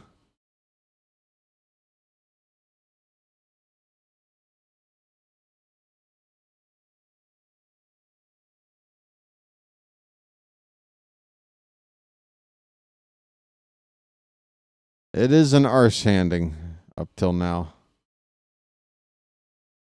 Oh, folks, I am, this is, oh boy, I tell you what. This is a game. Andrew Kittredge is on in relief. Yay.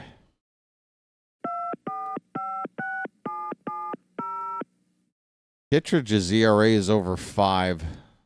Good grief. First pitch is in there for a strike to Cody Bellinger. Here's the 11 o'clock news.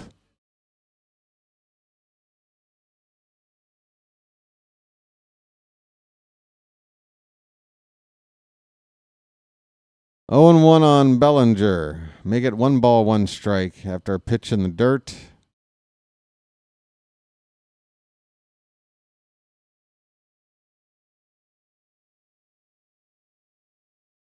Pitch up and away. A fastball makes it 2 and 1.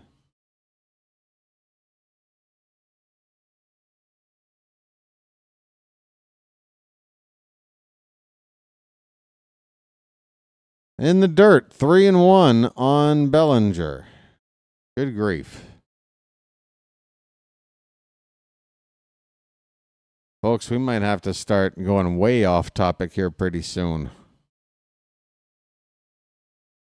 There's a pitch, ball hit on the right side to first base. O'Hearn will flip it to Kittredge, covering the bag, 1 away. O'Hearn is sweating bullets out there. It's a hot one. Somebody was saying it was in the 90s.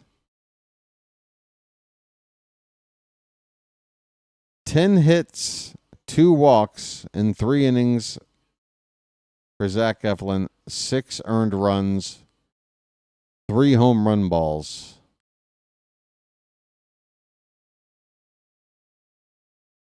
Here is Jazz Chisholm, a swing and a miss. Look at all the empty seats over his shoulder here on this side shot. These $1,000 seats here. The dream seats, or legend seats, right? Legends. Only legends can sit.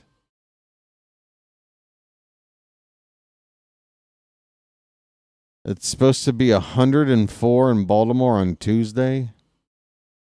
Chisholm pops it up to left. Cowser makes a catch. 2 down. 104. I mean, are we talking heat index? Are we talking? That's just the temperature, not including. Holy cow! Jason Dominguez, first pitch strike.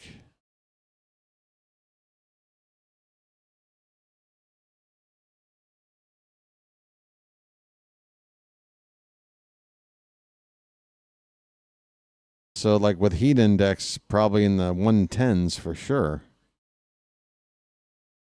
Folks, you're living on the sun. What are you doing?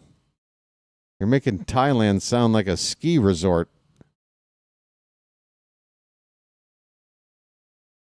1-1 pitch in the dirt, 2-1.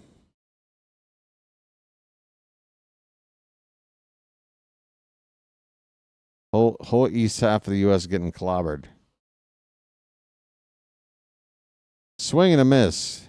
Dominguez chases one low, 2-2.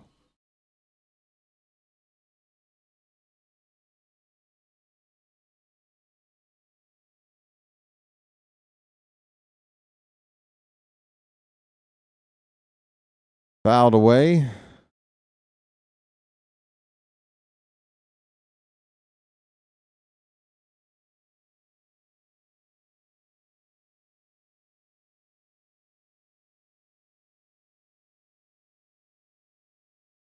The 2-2 pitch to Dominguez, low, ball 3. 6-0 Yankees. We're in the bottom of the 4th. The Orioles have had nothing to be happy about so far today. And Kittredge just gets to the bag in time to beat Dominguez on a ground ball to first, covering the bag to receive the flip by O'Hearn to get the final out. Kittredge, he made it very close, but he got there, and the inning is over. We go to the 5th, still 6-0 Yankees. Sanchez, Mullins, and Arias coming up.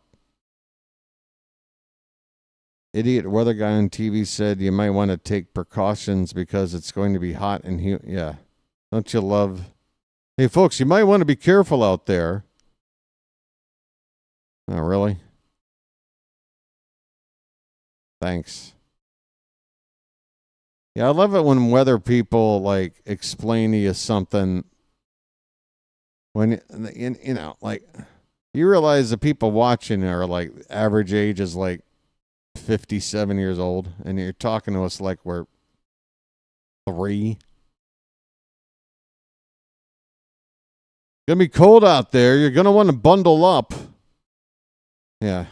Will I want to bundle up if it's cold? Thanks. I was all set to wear my new bathing trunks.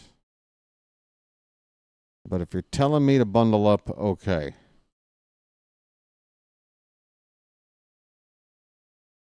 And folks, if you don't have a reason to go out, stay indoors. Turn on that AC. All right, good idea. Yeah, cover up. All right, folks, there's hail. We would advise you to maybe take cover. There will be falling rocks from the sky. So we feel it's in our best interest to help the community and advise you to maybe get underneath a tarp or something. Thanks. Or how about they'll tell you, like, what SPF, like tanning lotion you ought to reach for that day. Looking like an SPF 60 kind of a day out there. Gary Sanchez is at the plate. A 1-0 pitch is inside, 2-0. Kevin Brown is modeling the Ripken Iron Man bobblehead. What a great way to take our minds. I bet you, Masson, whoever directs, whoever's in charge, word got passed down. Hey, Kevin, pick up that Iron Man bobblehead and play with it, all right? That's the only way we're going to keep people watching this game right now. Sanchez looks at strike 2. 2-2 the count.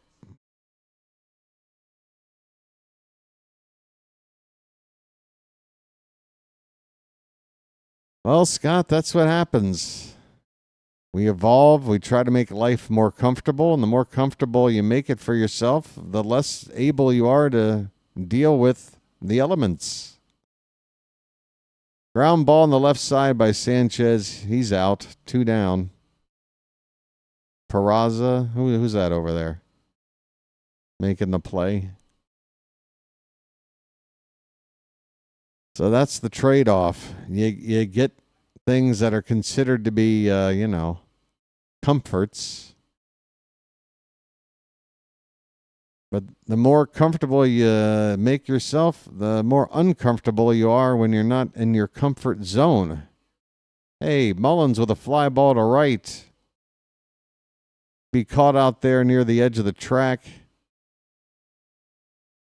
2 down in the 5th.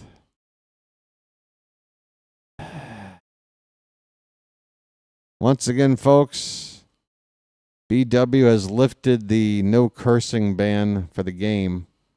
Might I just add, to borrow a phrase from George Carlin, this game is about as exciting as watching flies fuck.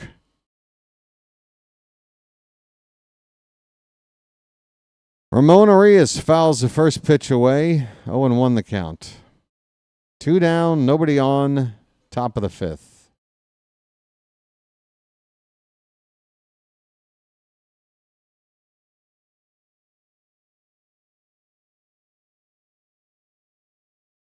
Outside, that pitch goes all the way to the backstop.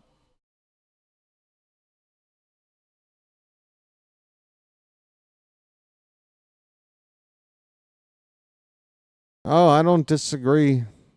Like I said, there's a trade-off, with technology and comfort, there's a trade-off, and eventually you get to a point where whatever you think is a convenience isn't really worth it. Maybe we've made things comfortable enough. Maybe it's time to start focusing on improving other areas. I don't know. Just a thought. Inning over. How? I don't know. I can't focus. But the Orioles are hitless through 5 innings now. This game's half over. 6-0 Yankees. Fitzy's here. How you doing, Fitz? Been a while. Sorry, Charm City chat. Sorry. We trade an Eflin. For what? We're talking 10 days ago before these last 2 starts. I'd be saying, okay, yeah, we might want to think about what we could get back for Eflin if we don't plan on re-signing him. But after these last 2 starts, his stock is at an all-time low. This is not how you work the market, folks. Sell high, buy low, not the other way around. Whoever calls the game for rain, I swear, is way better at predicting rain than the weatherman. Yeah. These weather people, it's just meteorologists. Come on. They have a, what do you call it? what the hell is that monitor called that you just read all your copy off of? They just read that. Teleprompter. Thank you. Jesus. They got a teleprompter. That's their job. Read the teleprompter. And do this. And pretend like, you know, everything behind you is actually there. Hey, look. There's an umpire at second base. Here's the second baseman. See, I'm a weatherman. There's going to be a cold front moving into left field here. Should be pushing off later. Whatever. Anthony Volpe at the plate. You know things are going bad. He has a hit today.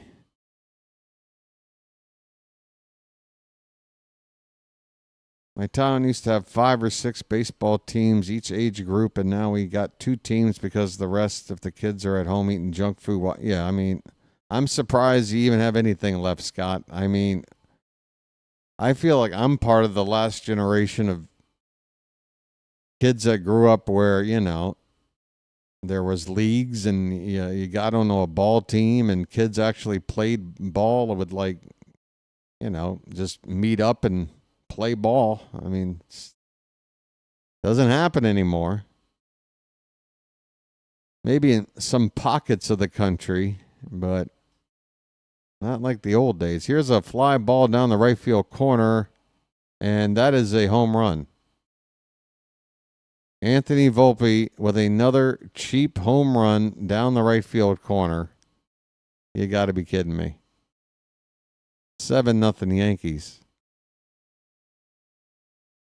4th home run of the day for the Yanks.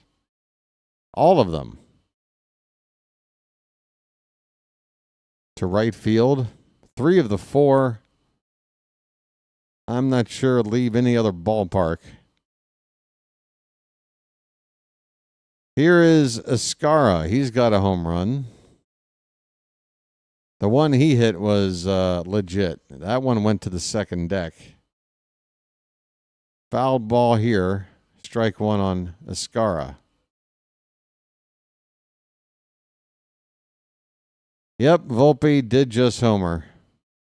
I know. Even a Yankee fan can't believe it. Even a Yankee fan can't believe it, folks. Aren't we glad he was here for this?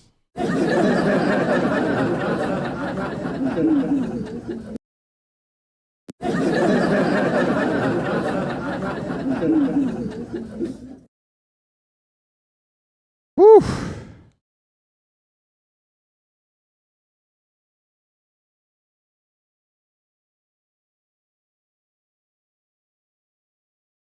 Line drive off the glove of Holiday into right field.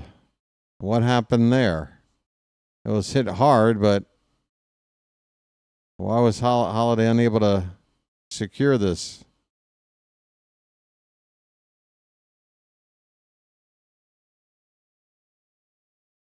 I mean, geez.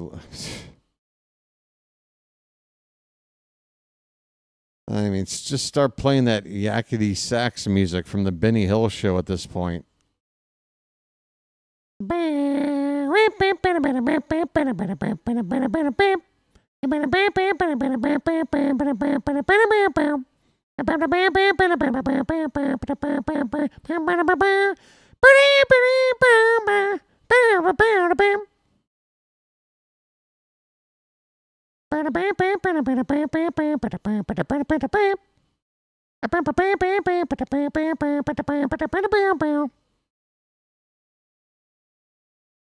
I mean, at least show me some British lady with big jugs running around getting chased.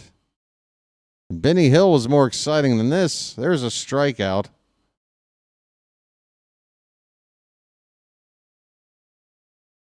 One away.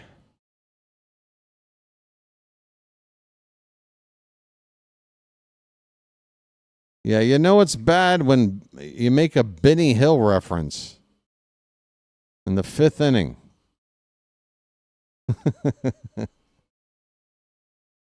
Ben Rice takes a look at strike 1. He's got a home run today.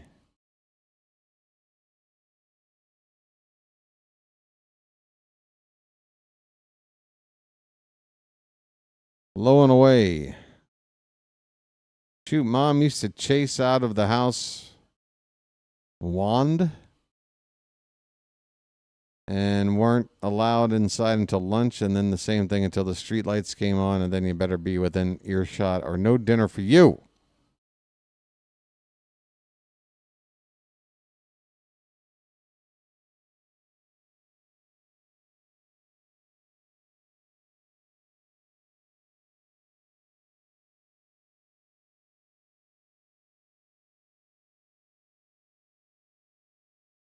Fly ball by Rice to center field. Mullins is going back. Mullins is going to hit up against the wall.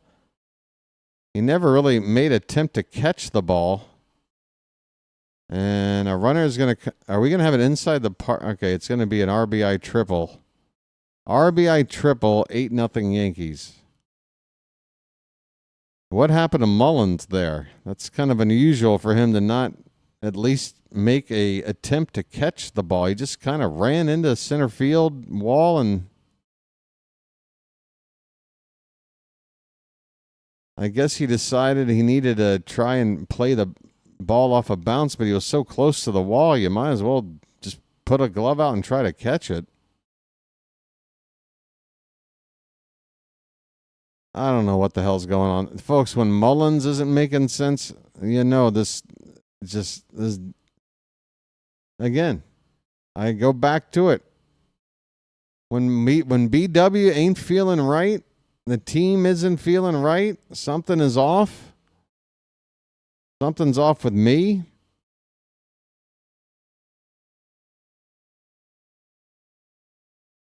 I can't explain it.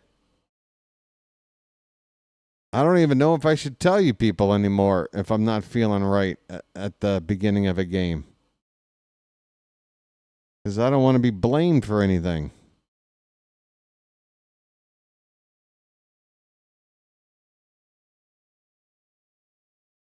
Yeah, we are now down by the same score that the Rays came back to beat us, 8-0. So, Joel, I like your idea. Let's call the Rays and ask them, how do you do this? Check swing, and please give us a mercy call. We get it. Trent Grisham goes around, 2 down. All right. Here comes Aaron Judge.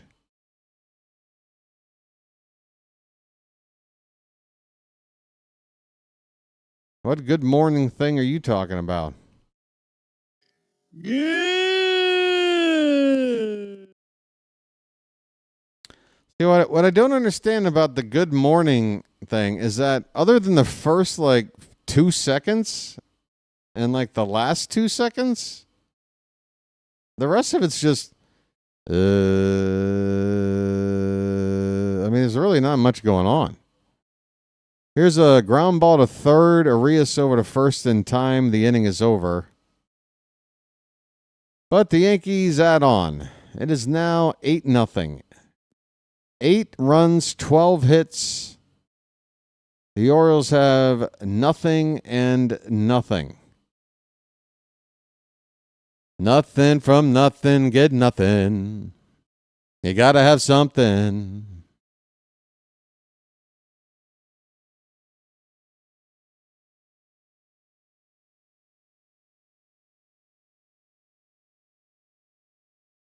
Yeah, we might as well spot him one more run.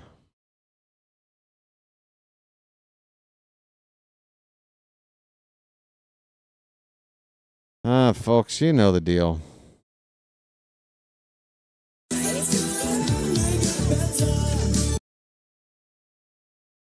I hope I've got some water. I don't know. Let me check.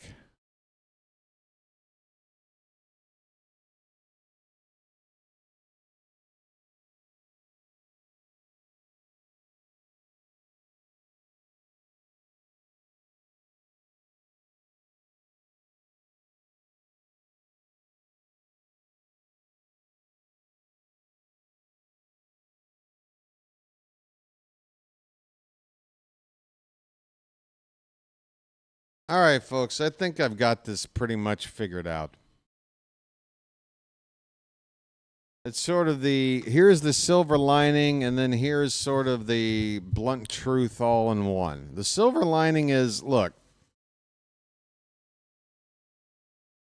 we all thought that winning game 1 was going to probably be pretty tough to do, and we did. We beat Max Fried, and I think we all thought that if we came to the Bronx and took 2 out of 3, that would be a successful outcome, right? So let's say we don't win this game today. I mean, it's not looking good. We don't have a frickin' hit yet. We're down 8 runs, okay? We won the game that we thought we wouldn't, and then we followed it up with a loss. We still have a chance to win this series tomorrow, and at the end of the day, it's kind of like losing that 8-0 lead to the Rays. Like, that sucked, but we showed a lot of moxie coming back and winning that final game, getting the split, and then coming out here and getting the first game here. We followed up that awful loss with back-to-back wins against the 2 top teams in our division. We showed some moxie, okay? Holiday with a fly ball to center field. He's out. Whoa, wait, is that a drop? Okay, so it dropped just on the transfer, I guess, out of the hand by Grisham out there in center. Holiday is retired. So, yeah, let's just look at the big picture here. This one is the dud. We thought maybe game 1 would be the dud. This one's the dud. Come out tomorrow and win the final game, and all will be okay. Now, getting back to the reality part, what are we going to do about Zach Eflin? Because right now, again, for me, Charlie Morton, way more trustworthy than Zach Eflin. There, I said it. Things change, folks. Here's a pop-up first base side. Ben Rice catches it in foul ground, 2 down. Clark Schmidt is about to get through 6 innings of no-hit baseball. That was Kobe Mayo, by the way, making the second out. He was up to pinch hit, I guess. Right? What am I looking at here? What the hell am I looking at here? Oh, he's been in the game for Westburg since the previous at-bat. That's right. Okay, so here's Gunnar Henderson. 2 down. First pitch is a ball to him. 80 pitches for Schmidt. We're in the 6th with 2 down. I think Eflin got to this pitch count with about 2 outs in the 3rd. Ground ball, foul off to the right.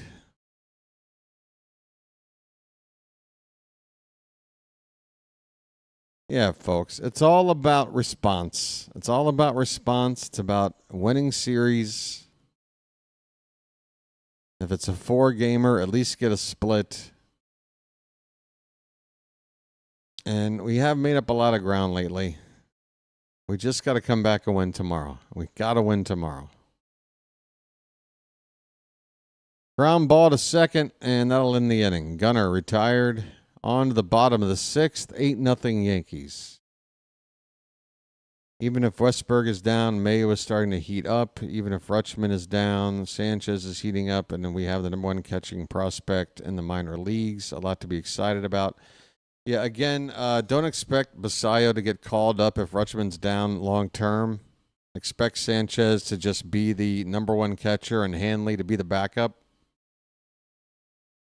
I know, guys, I know you want to see Basayo, but Mansolino has already said stuff in the press to pretty much, try and temper everybody's expectations on Basayo. The deal with Basayo is they've been very clear. They're going to bring up when they feel he's ready, not when, because of an injury. Now, I had speculated going all the way back to spring training, when we talk about Basayo and when do you expect to see him. My take has always been a September call-up when rosters expand and the AAA team is wrapping up their season. But a chance maybe you see him earlier if there was a long-term injury. Now, I did say that. But at the same time, Basayo himself kind of got off to a slow start with his reps behind the plate. He was injured early, was doing a lot of DHing, was playing a lot of first base. Hasn't caught a lot of games. Has not caught a lot of games. He's starting to. He's working his way up there, and I think with about a month of catching every day and getting into September, depending on where we are, I could see him getting called up, but not now. Scott Bluette.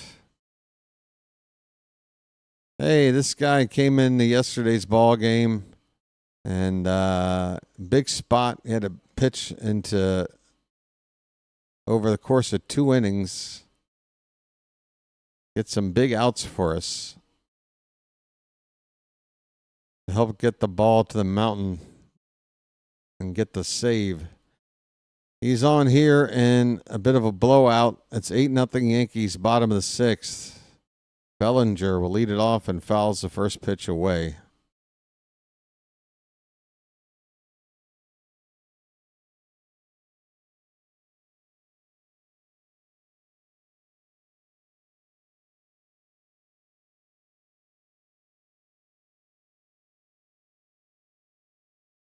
Swing and a miss. It's 0-2.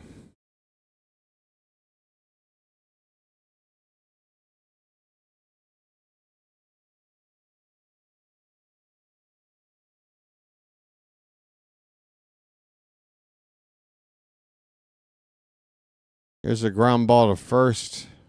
Flip to Blewett at the bag for the first out. 1 away. I am deliriously tired or something. I apologize for my lack of enthusiasm today, folks.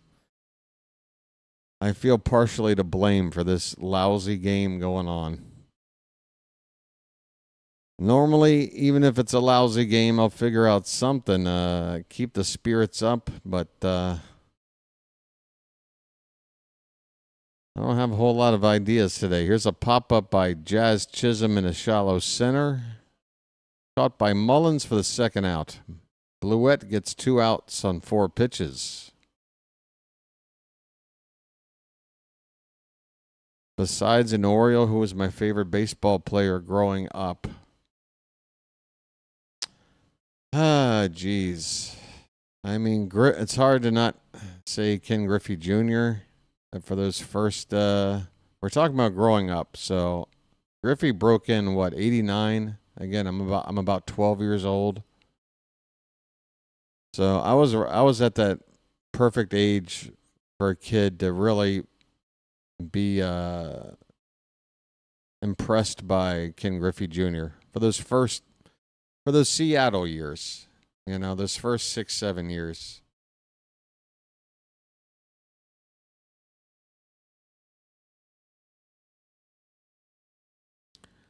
And he was just a likable guy. There's other guys that dazzled me too, but I just hated to watch them because when I did, it was normally them doing something to us. Frank Thomas comes to mind. Frank Thomas absolutely crushed us, I feel like, every time I'd watch the Orioles play the White Sox. 3-0 count on Jason Dominguez. 2 down, nobody on, and that's a strike to make it 3-1.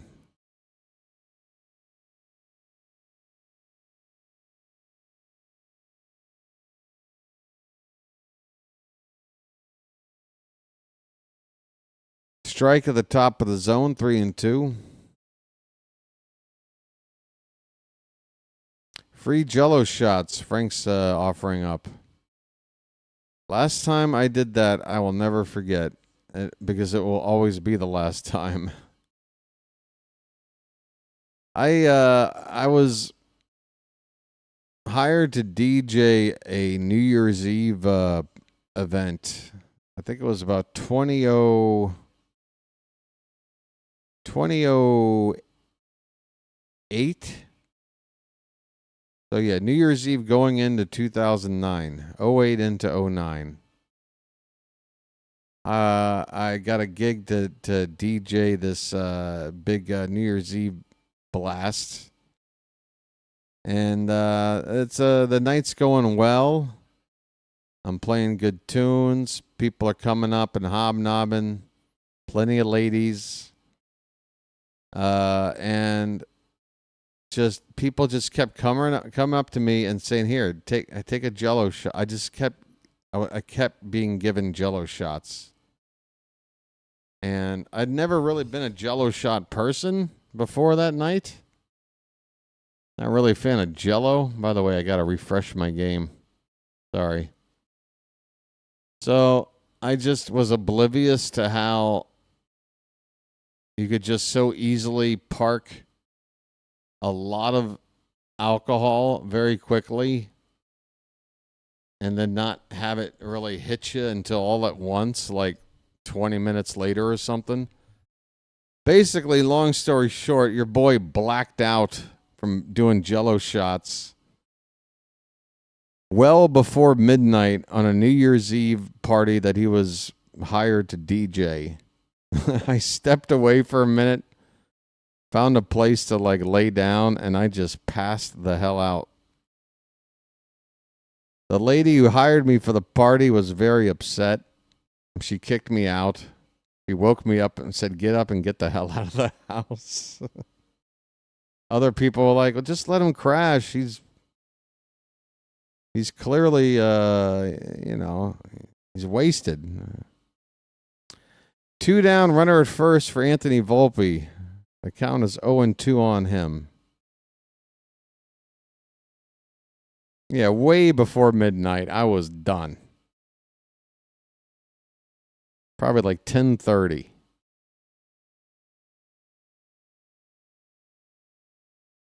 I honestly thought, I was like, because I had all my wits were about me, and I'm like, you know what? I feel a little bit lightheaded. Let me just walk over here for a minute and just put my head down. Like an hour later, I guess nobody knew where I was. Somebody was like, "Where's the frickin' music?" And that one lady, so mad at me. We used to hang out, and then she never hung out with me again after that. Here's a flare in the right center field, a base hit. And a runner, Dominguez, the lead runner, will get up to third base. So first and third with 2 down for the Yankees.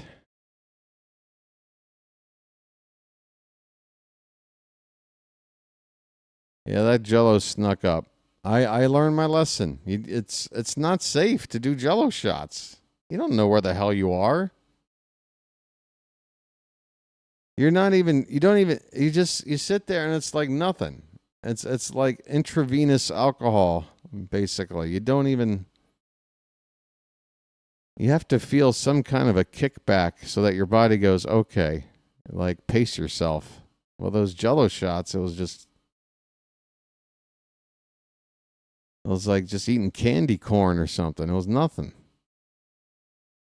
Escara at the plate, first and third, 2 down. First pitch inside to him for ball 1. He has scored twice, and he's driven in 2. A solo home run, a sacrifice fly.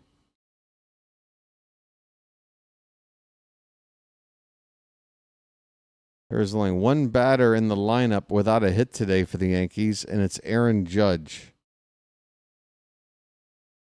And he's reached twice on a walk. Rice 2 for 4, Grisham 3 for 4, Bellinger 1 for 4, Chisholm 1 for 4, Dominguez 1 for 3, Volpe 3 for 4, Escara 1 for 2, Peraza 1 for 3.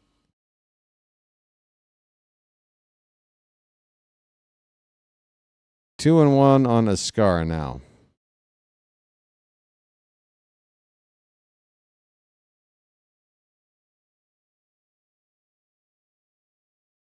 Yeah, Fitzy, don't bother with the Jello shots, man. You'll only get into trouble.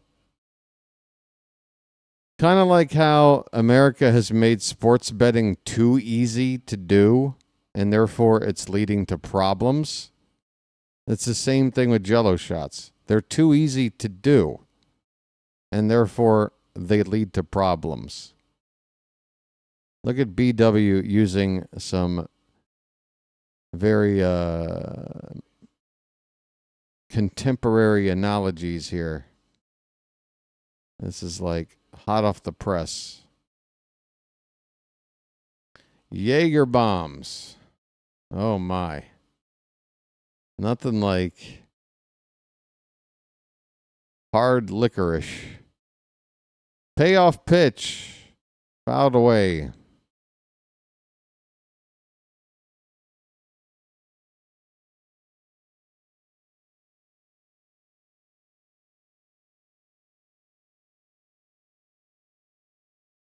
That's an interesting story, Janet. Why don't you tell me about that other one where you got busy in a Burger King bathroom? Oh, wait, that was somebody else. Ball in the left center field. That's down for a hit. Another run will score. It's 9-0.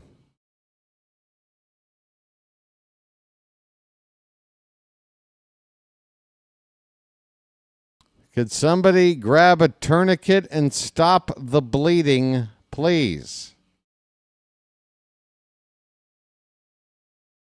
I mean, you may as well pour. Go ahead and pour it on. Pour it on. Get your garbage video game runs, whatever. This is about winning a series. All right? Fine. You kicked our ass today.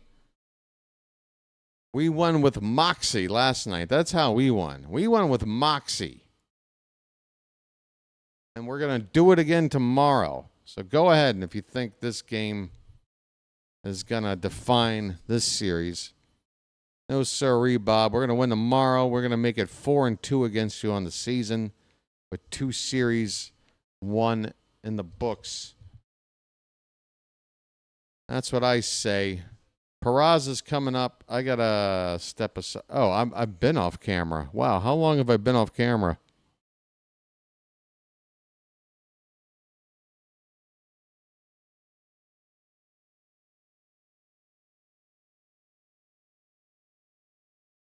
Peraza looks at a strike.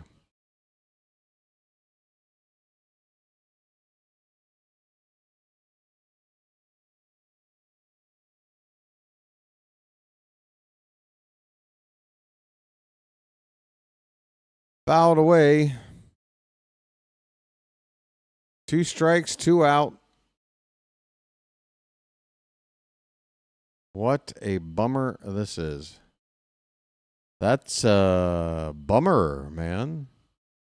I've gotten several new followers on my Twitter feed after tweeting out that highlight clip from yesterday. Here's a ground ball to second. Flip to the bag. Gunner receives the flip from Jackson for the force to win the inning. Yankees score more. More score for the Yankees. They have scored 1 in the first, 2 in the second, 3 in the third. Were kind enough to take the 4th inning off. 2 more in the 5th, and 1 more here in the 6th. 9 runs on 14 hits, no errors for New York. 0 runs, 0 hits, 2 errors for the Orioles. That score line is ugly. Big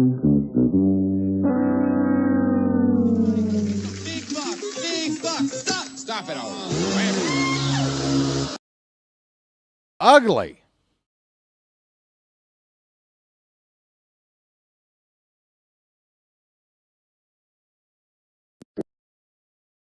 What was that?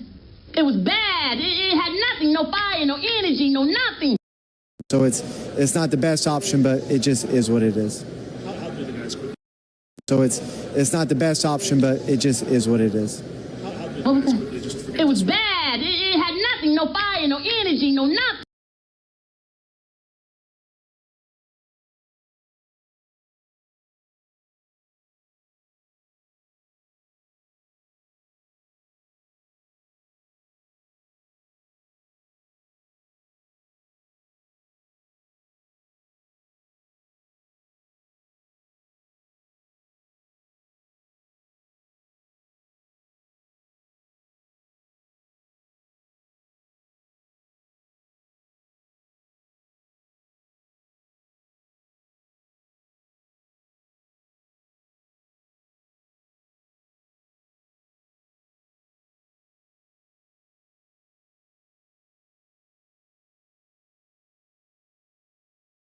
Oh, what a shit show this has been today.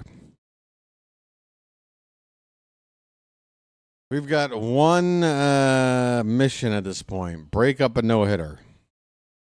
Break up a no-hitter, because I'm not going to allow the Yankees to no-hit us.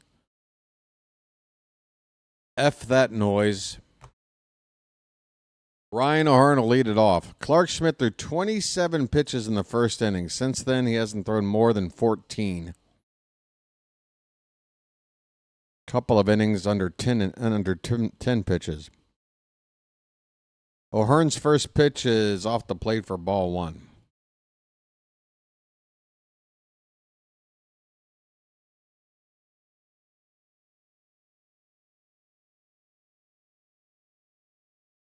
Oh, boy. Now where's Chad going? We're talking about Fitz's age and talking about being illegal. Leave Fitz alone. Yeah, he might be old enough to be tried as an adult now. But he's still a young whippersnapper. Give him a chance to enjoy his youth. 3-0 and O'Hearn is in there for a strike.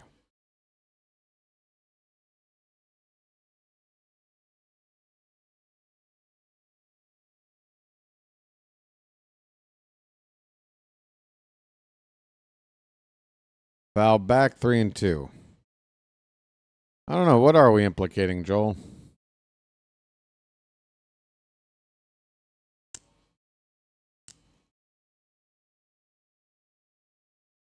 I'm saying everybody in Charm City chat is a bunch of foul cretins, and we shouldn't have bad influence on this young, promising man here, Thomas Fitzpatrick. We should not corrupt him. What's a ute?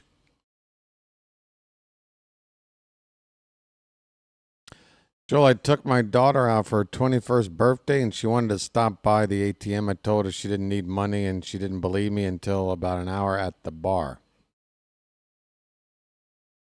Wait a minute. Your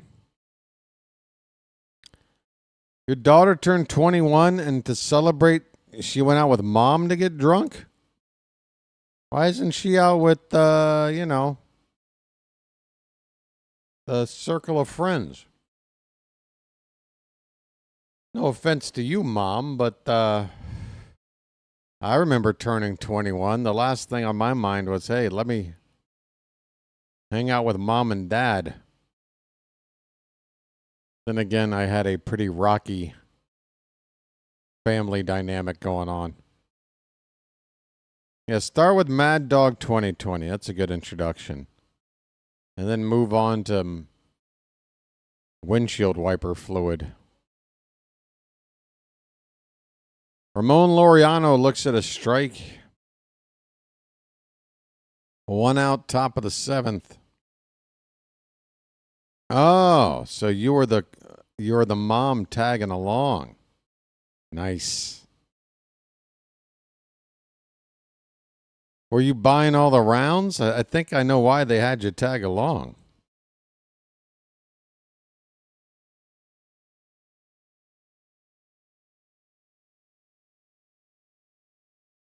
Boone's Farm. Listen to Janet. Oh, my goodness.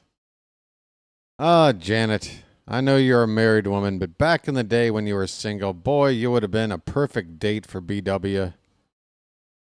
A nice, cheap date. Me and Janet would probably go pick up a bottle of Boone's and go catch a dollar movie at the Dollar Theater. You never buy drinks at the bar. You're blonde. No, you just you swipe them off the table from other people. I got you.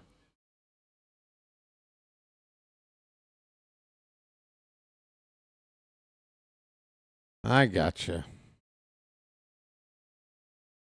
1-2 on Laureano. 1 out, nobody on in the top of the 7th. 9-0 Yankees. Quarter after 2 a.m. local time here for me. Ready to go to bed. Pitch off the plate, 2-2. A pack of pony bottles in a back. These sound like John Cougar Mellencamp lyrics. A pack of pony bottles in the back road.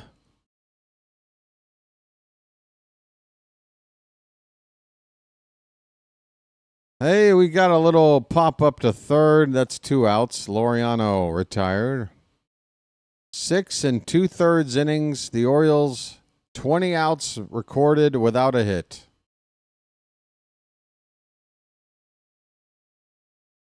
Everclear. Hey, what about, what was that other stuff? What was that other stuff called? Really bad for you. My dad used to drink it sometimes. Kind of like Everclear. Kind of like Mad Dog. Something in that. Now, absinthe is cool. I've never done absinthe. I've always wanted to. I read all the stories about people back in the day drinking absinthe and coming up with some wacky ideas and visuals. Edgar Allan Poe used to drink the hell out of that stuff. Colton Cowles are at the plate, folks. Let me put my lucky down so I can hit this button over here. Break up this no-hitter, you cow.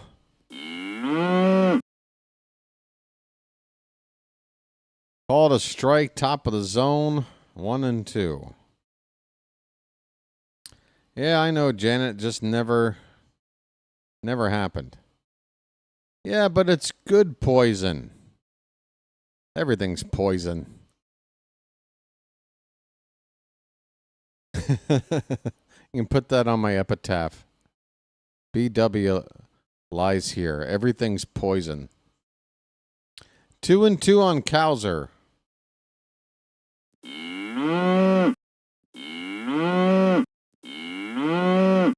Schmidt has just hit 100 pitches.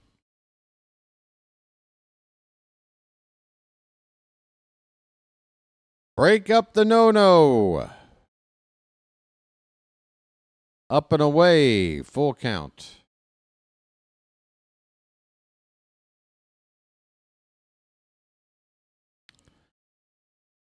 Bacardi 151 behind the firehouse.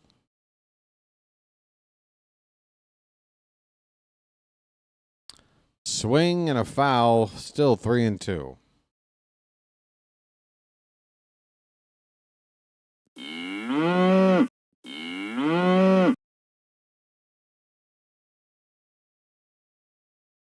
Wine coolers. What a waste. Don't forget Zima. Something different. Swing and a miss. Or no. Cowser got contact. The way he slammed his bat down, I thought he struck out, but he's just mad he popped out to left field to win the inning. 7 innings without a hit for the Orioles. 7th inning stretch time. Check this out. Hey, folks. 7th inning stretch time. Here's a cake on the griddle. Thank God I'm a country boy. 1 cake. That's 1 more cake than hits on the board. That's all the cake I got. 1 frickin' cake.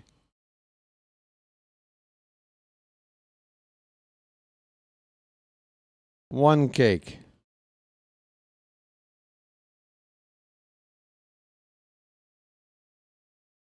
That's right, Frank. We are keeping the bases clean. We're making it easy on the groundskeepers. It's a short stack. Hey. Not about the size of the stack. It's about the It's about the sweetness of the syrup. Right?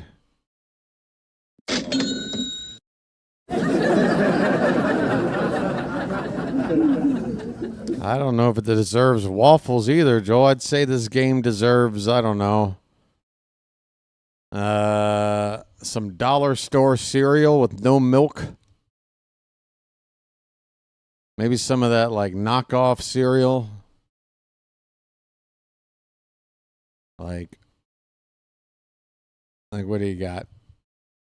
Sergeant Crunch instead of Captain Crunch.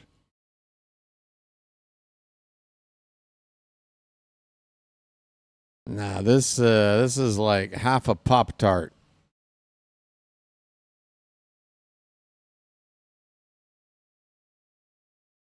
Well, now Joel's just picking on the British for no reason.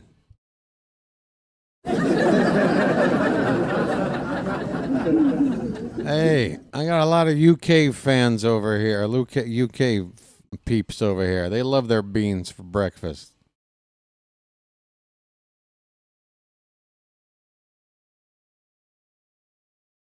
If we get no hit, this should be the last game for Cody Ashley as our hitting coach. Well, unfortunately, Mike Elias made the genius move of announcing to the media that no coach on this staff will be replaced during this season. They can do no wrong. That is how confident Elias is in assembling this inexperienced coaching staff. Here's Ynier Cano on the pitch. Man, that Ripken bobblehead sure looks dumb. Well, at this point, I mean, you know. You know what I would much rather see make a comeback? The starting lineup figurines. Anybody ever collect starting lineup figurines? Those were big back when I was a kid.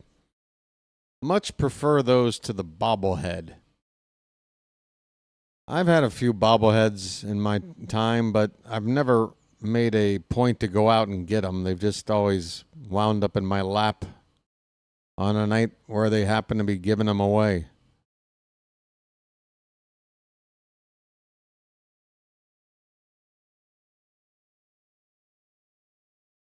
You walk around England farting all day, but Janet, that's how you're able to keep social distance.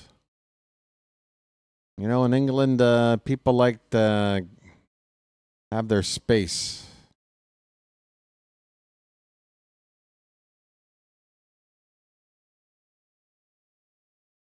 Ben Rice. First pitch. Come on, Blue. It's 9-zip. If you're not going to call that a strike, get bent. That's right on the edge.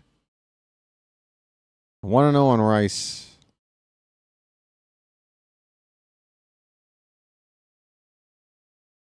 Yeah, folks, bangers and mash.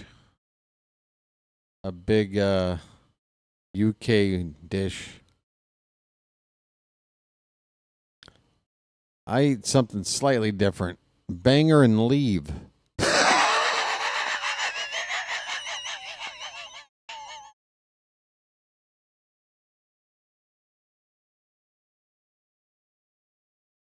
I'll say my favorite athlete growing up was Dale Earnhardt Sr. Could have won at least 1 to 3 more championships in his career before he died, in my opinion. Was second or first greatest NASCAR driver of all, besides Richard Petty. Not my sport, but, you know, I know those names. I know they are legends of their sport. Here's a 2-2 fouled away by Rice.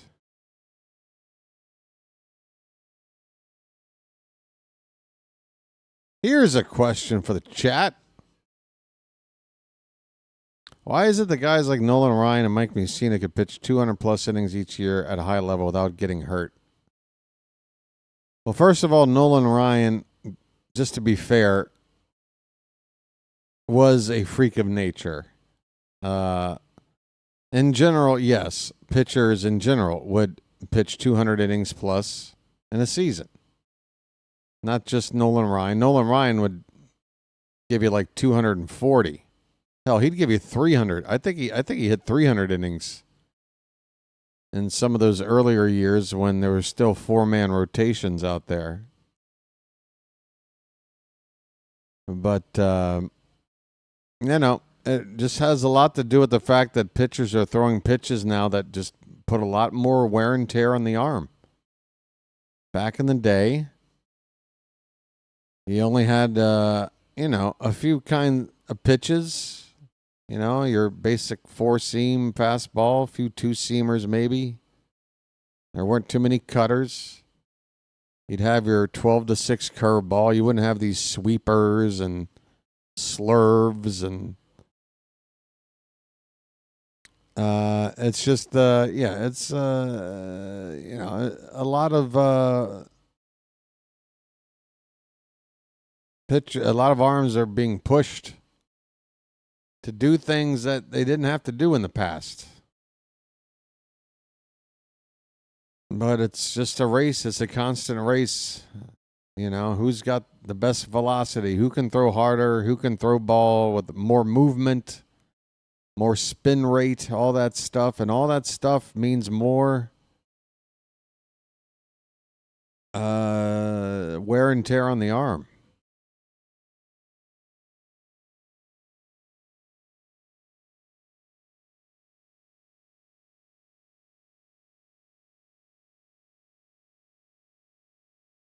Aaron Judge is up with 2 down, bases empty, swing and a miss. Judge, the only Yankee today without a hit. How do you like that? To be fair, he has been walked twice. 0 for 2 otherwise. Foul ball, no balls, 2 strikes.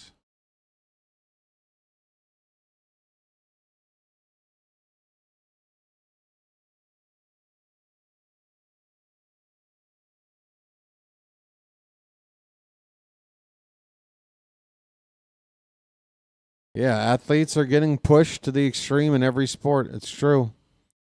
I covered the Premier League and world football / soccer for a solid decade, and I watched in that decade how much more those athletes are being asked to do. They got to play more. They keep adding more games. Folks, in soccer, they play all damn year. It never ends. And then you got these tournaments that are all added in on top of each other. It never stops.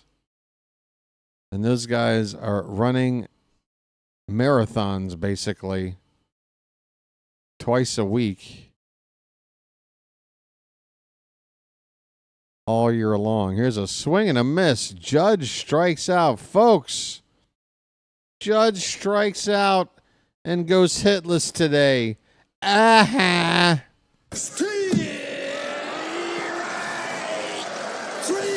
Well, y'all come back now, you hear? Aha, Judge. Aha. Well, when you gotta go, you gotta go. Hit the bricks, pal. You're done. You get nothing. You lose. Good day, sir. You get nothing. You lose.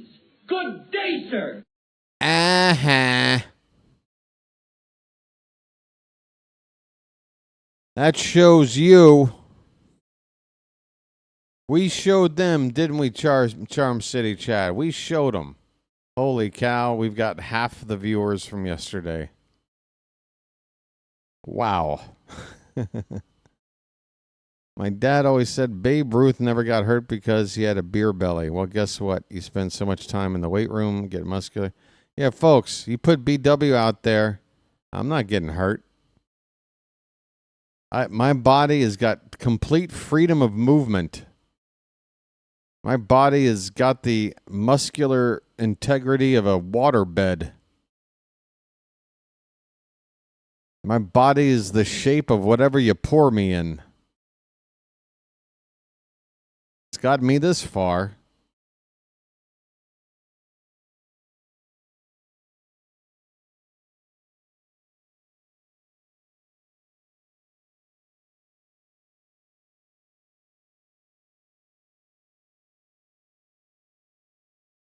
Hard to get hurt on the bench. Huh? Splinters? A rogue splinter in the ass? It could happen. JT Brubaker has only been in the minors. I guess this is his first appearance with the Yankees on the season. Coming into probably pitch these last 2 innings. I guess Clark Schmidt not able to get a no-hitter on his own. First pitch to Sanchez is high for ball 1. So if the Yankees are going to no-hit us, it's going to have to be a combined effort that includes a guy that has yet to throw an inning in the bigs this season. Count now, 1 ball, 1 strike.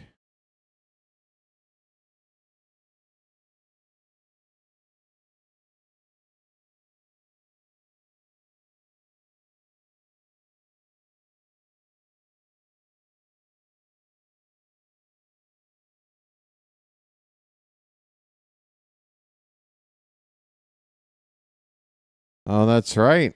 There was somebody hurt on the bench with a foul ball.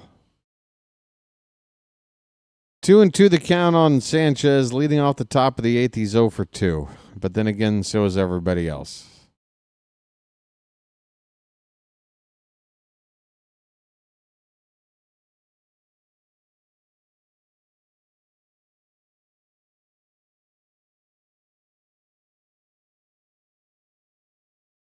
Two.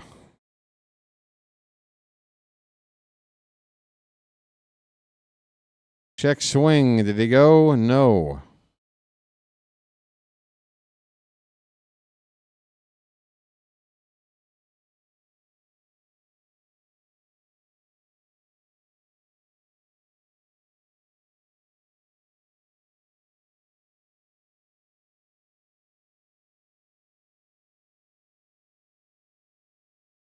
Payoff pitch.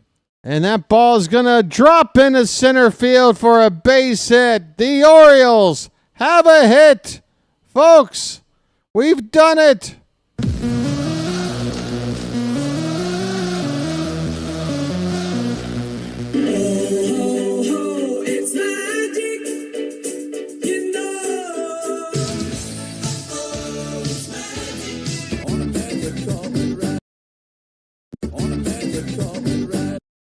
Gary Sanchez, folks. Somebody go back to my Discord a week ago when I said, look out for Gary Sanchez. I got a feeling he's going to start to contribute. Well, he's the only one with a hit today. Mullins at the plate.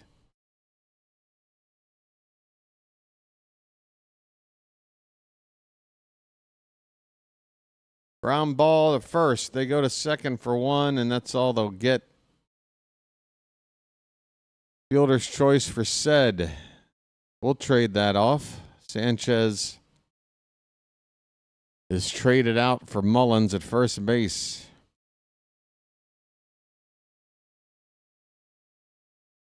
All right, we're down 9. Let's steal a base. Let's steal second and third.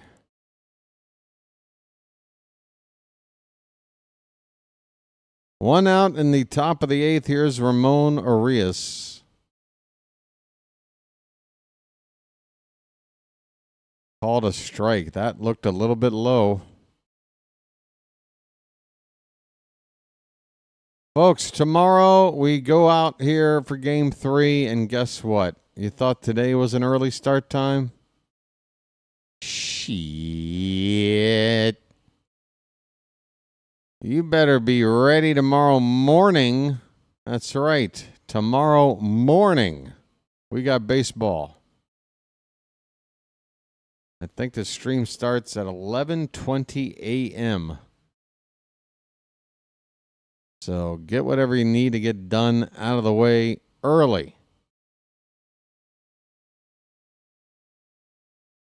Come on out here to the Church of BW. I got a sermon ready for tomorrow.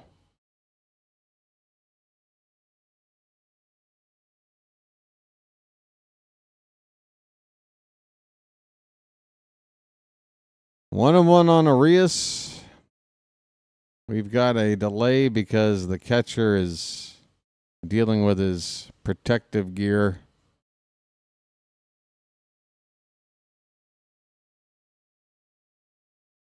Billy's ready for a comeback today. Hey, I'm never going to tell anybody no. Why not?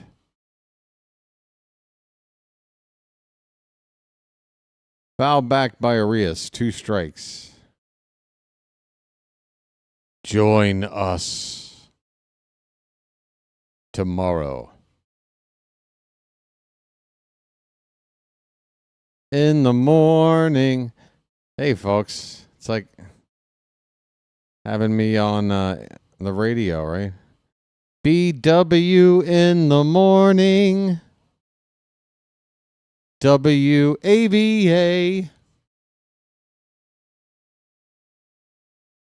Folks, traffic's on the 10s and 2s.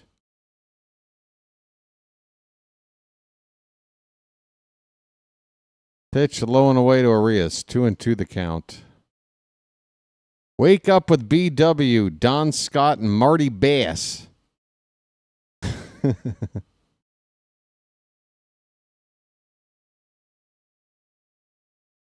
2-2 on Arias. Up and in, full count.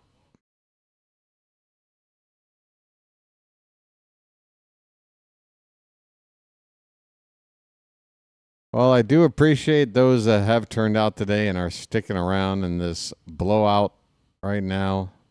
We've got a 1 frickin' hit. Fouled away again by Arias. You guys rock. Or you're just a glutton for punishment. I'm not sure.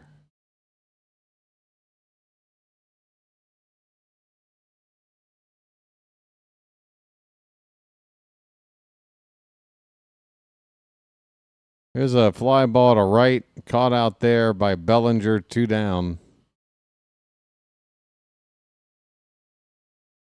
4 outs for the Orioles left to go. And there has not been a whole lot of goo today.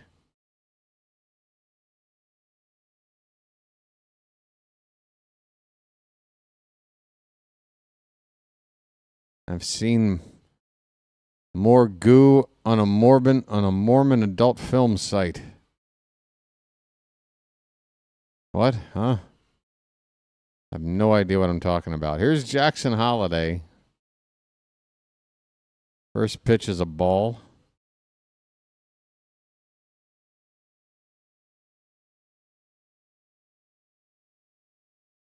There's a strike, 1-1.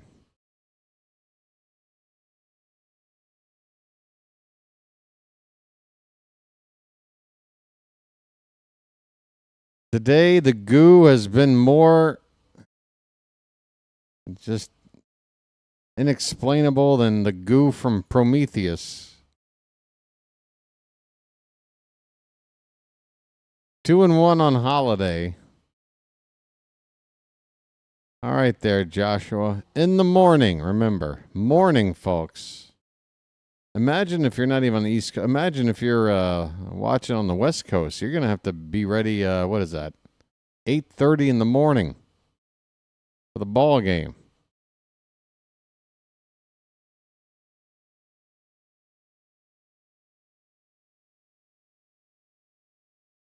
Two pitch in the dirt. Full count on Holiday. 2 down, runner at first. That runner will be off with the pitch.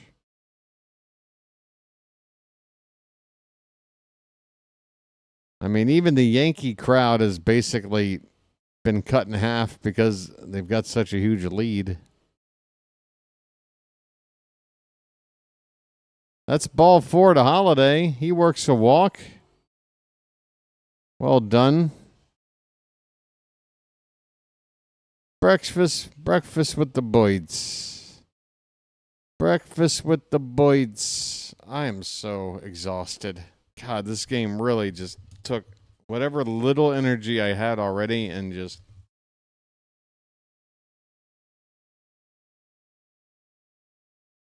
Folks, I promise you this. For this Sunday game, BW is going to give you everything he's got. Kobe Mayo up for the third time today after replacing Westberg at DH.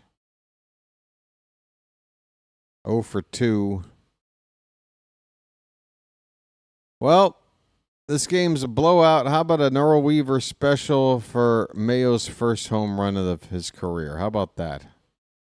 Give us something. 0-1 on Mayo. And yeah, let's break up the shutout while we're at it. Swing and a miss. He chased a slider below the zone. It's 0-2. I can hear myself slurring words. I'm exhausted. I don't have the energy to put syllables together. Popped up a mile high on the infield, right behind the second base bag, and the inning is over. Well, we broke up the no-hitter. Yay! We have a hit. We have half as many hits as we have errors. Really pretty score line, folks. We go to the bottom of the 8th. It's all Yankees. Today. It won't be tomorrow. Tomorrow we'll beat you tomorrow.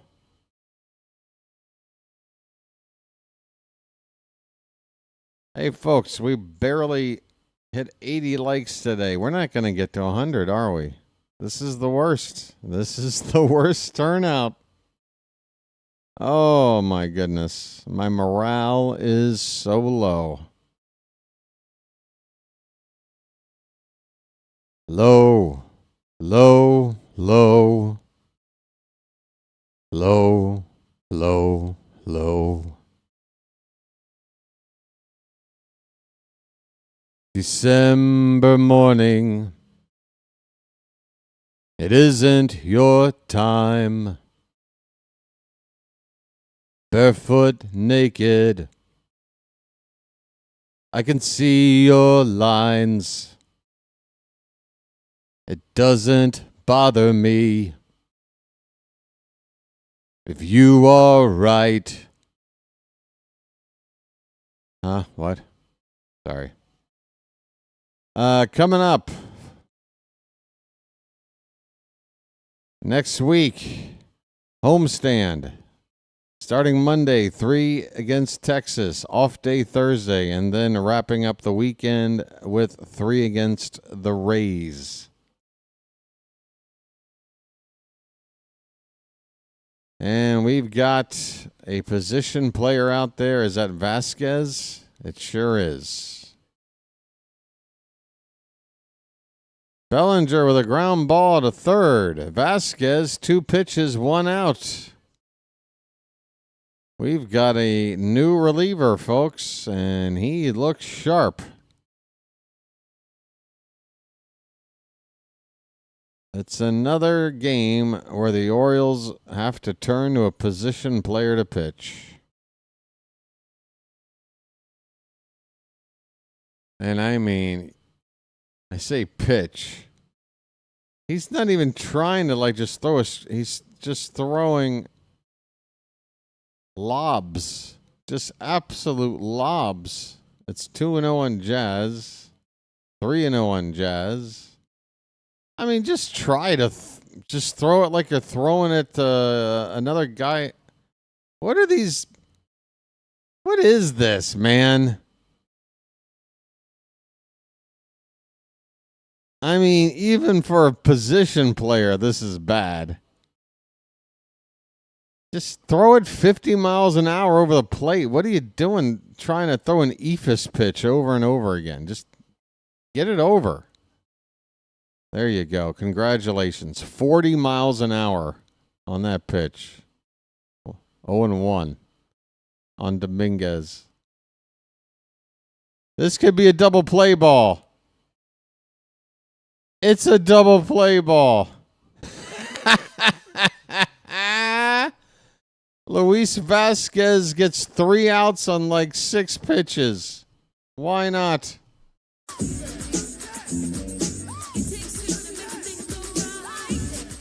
Hey, Eflin, how about you and Vasquez work on some stuff together before your next start?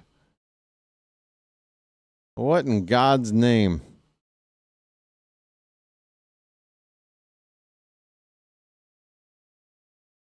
Well, that's the most contribution Vasquez has given to the team. A clean inning.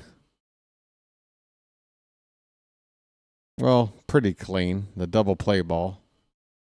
Faced the minimum.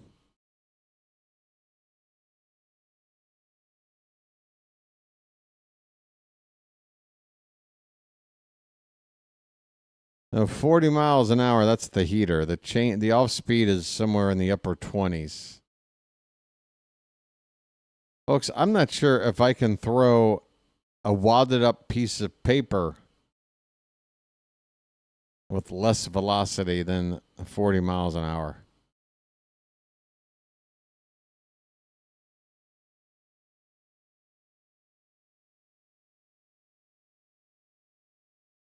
Ninth inning coming up. Gunnar O'Hearn and Dylan Carlson, who I guess entered the game at some point, is due up third. I'm ready to go to bed. Thanks for hanging out with me, everybody. I'm going to do a very short post-game wrap-up. It's not even going to be a wrap-up. It's going to be me saying when tomorrow's game starts, and I hope you come back and have a good rest of your Saturday and try to forget this lousy-ass game. Out hit 14-1. It is 12 minutes till 3 a.m. my time. And the hope is to get into bed, fall asleep at 3. 3 hours of sleep at least before the sun comes up.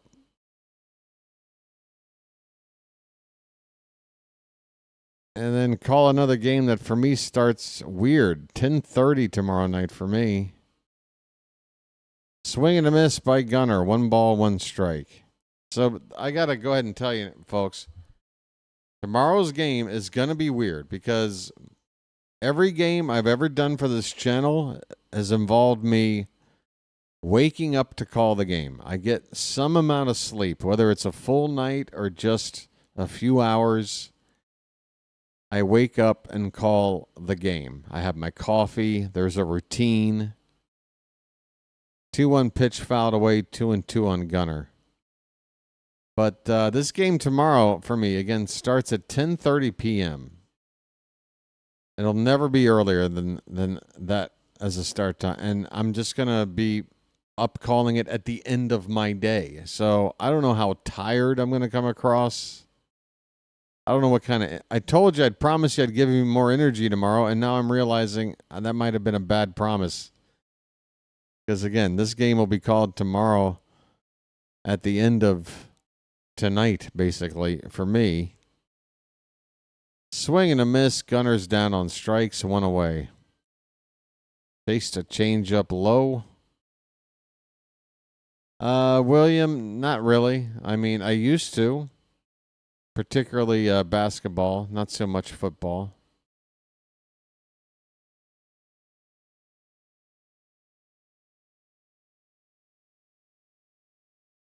Ryan O'Hearn is 0 for 2. Pitch in the dirt. Everybody is hitless except Sanchez. He's got the only hit. O'Hearn did reach on a hit by pitch back in the 4th inning.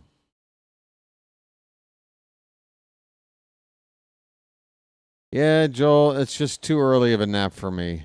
That's what I normally do. Because, like, normally, like, if I got a game that's 1 p.m. for you guys, that's midnight for me, and I'll go to bed maybe at, like, 8 o'clock, sleep for 3 hours, get up at 11, to be ready by midnight, call the game till 3, and then go back to bed for 3 more hours. So I get 3 hours in on both sides.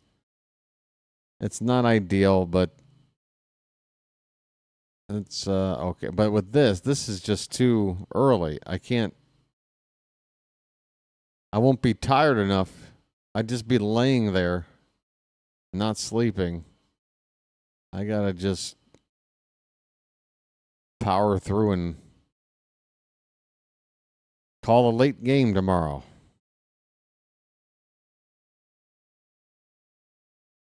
And for me, it is all about the money.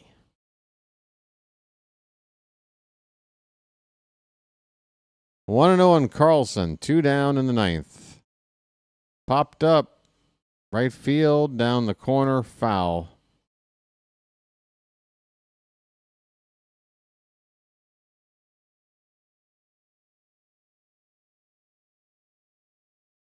Oh, boy. It seems like ever since I moved out here, folks, for the past decade or so, it seems like all the stuff you want to watch is on these weird platforms, and you got to sign up for all these different things. Ground ball to first base. Ben Rice will handle it, and the ball game is over. This ball game is thankfully over, folks. What can I tell you? I mean, we've had some bad losses this year. Where does this one rank among them? It's hard to say because, I mean, it's just there was nothing happening today. Eflin looked really bad again. 3 home runs in the first 3 innings and had thrown more balls than strikes for a large part of his time out there today. He was really bad.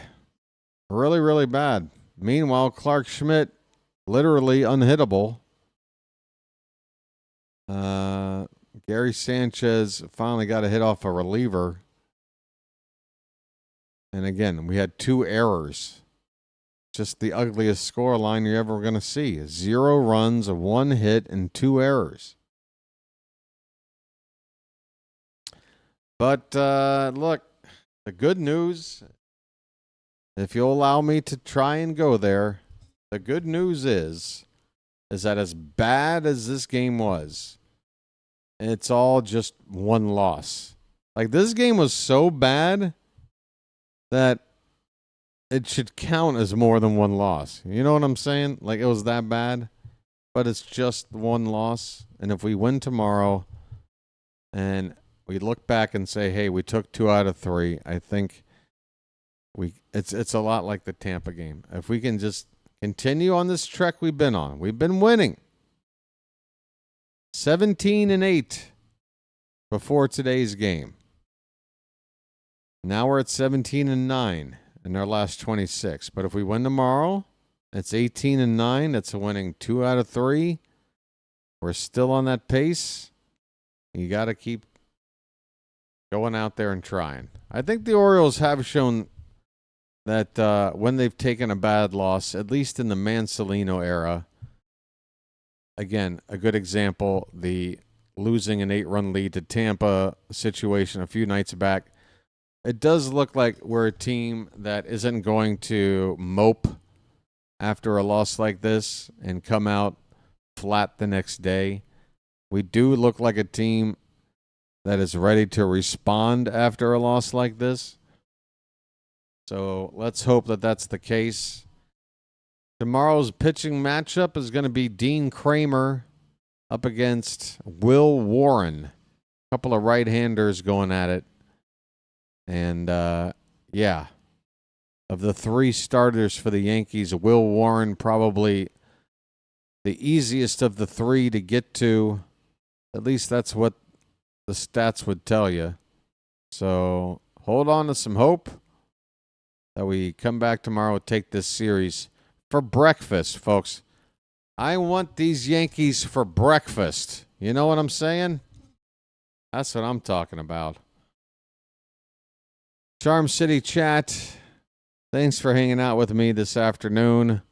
What an absolute miserable game that was. We didn't even have a whole lot of fun, did we? Did we have any fun? I'm sure we had a couple of laughs. But if I knew a game was going to be like this, I would have done the entire play-by-play in the voice of Sling Blade just to see how that would have gone over. We aim to score more runs tomorrow. Mm-hmm. Yeah, I hope so. All right, folks. Let me see if there's somewhere I can send you, and then it's off to Betty Bye for BW. What a bad outing today. Rising Rhino is doing some Canadian football, folks. Blame Canada. Go blame Canada. All right? Don't blame BW. We probably won't salvage this awful season. Just too much already. However, I believe in this team winning a World Series the next year or so. Believe it. Well, if you believe it, Rachel, just go ahead and look. I get it. Like, it's hard emotionally when a team is, dug themselves the kind of hole that they did, but are kind of teasing you, showing you that,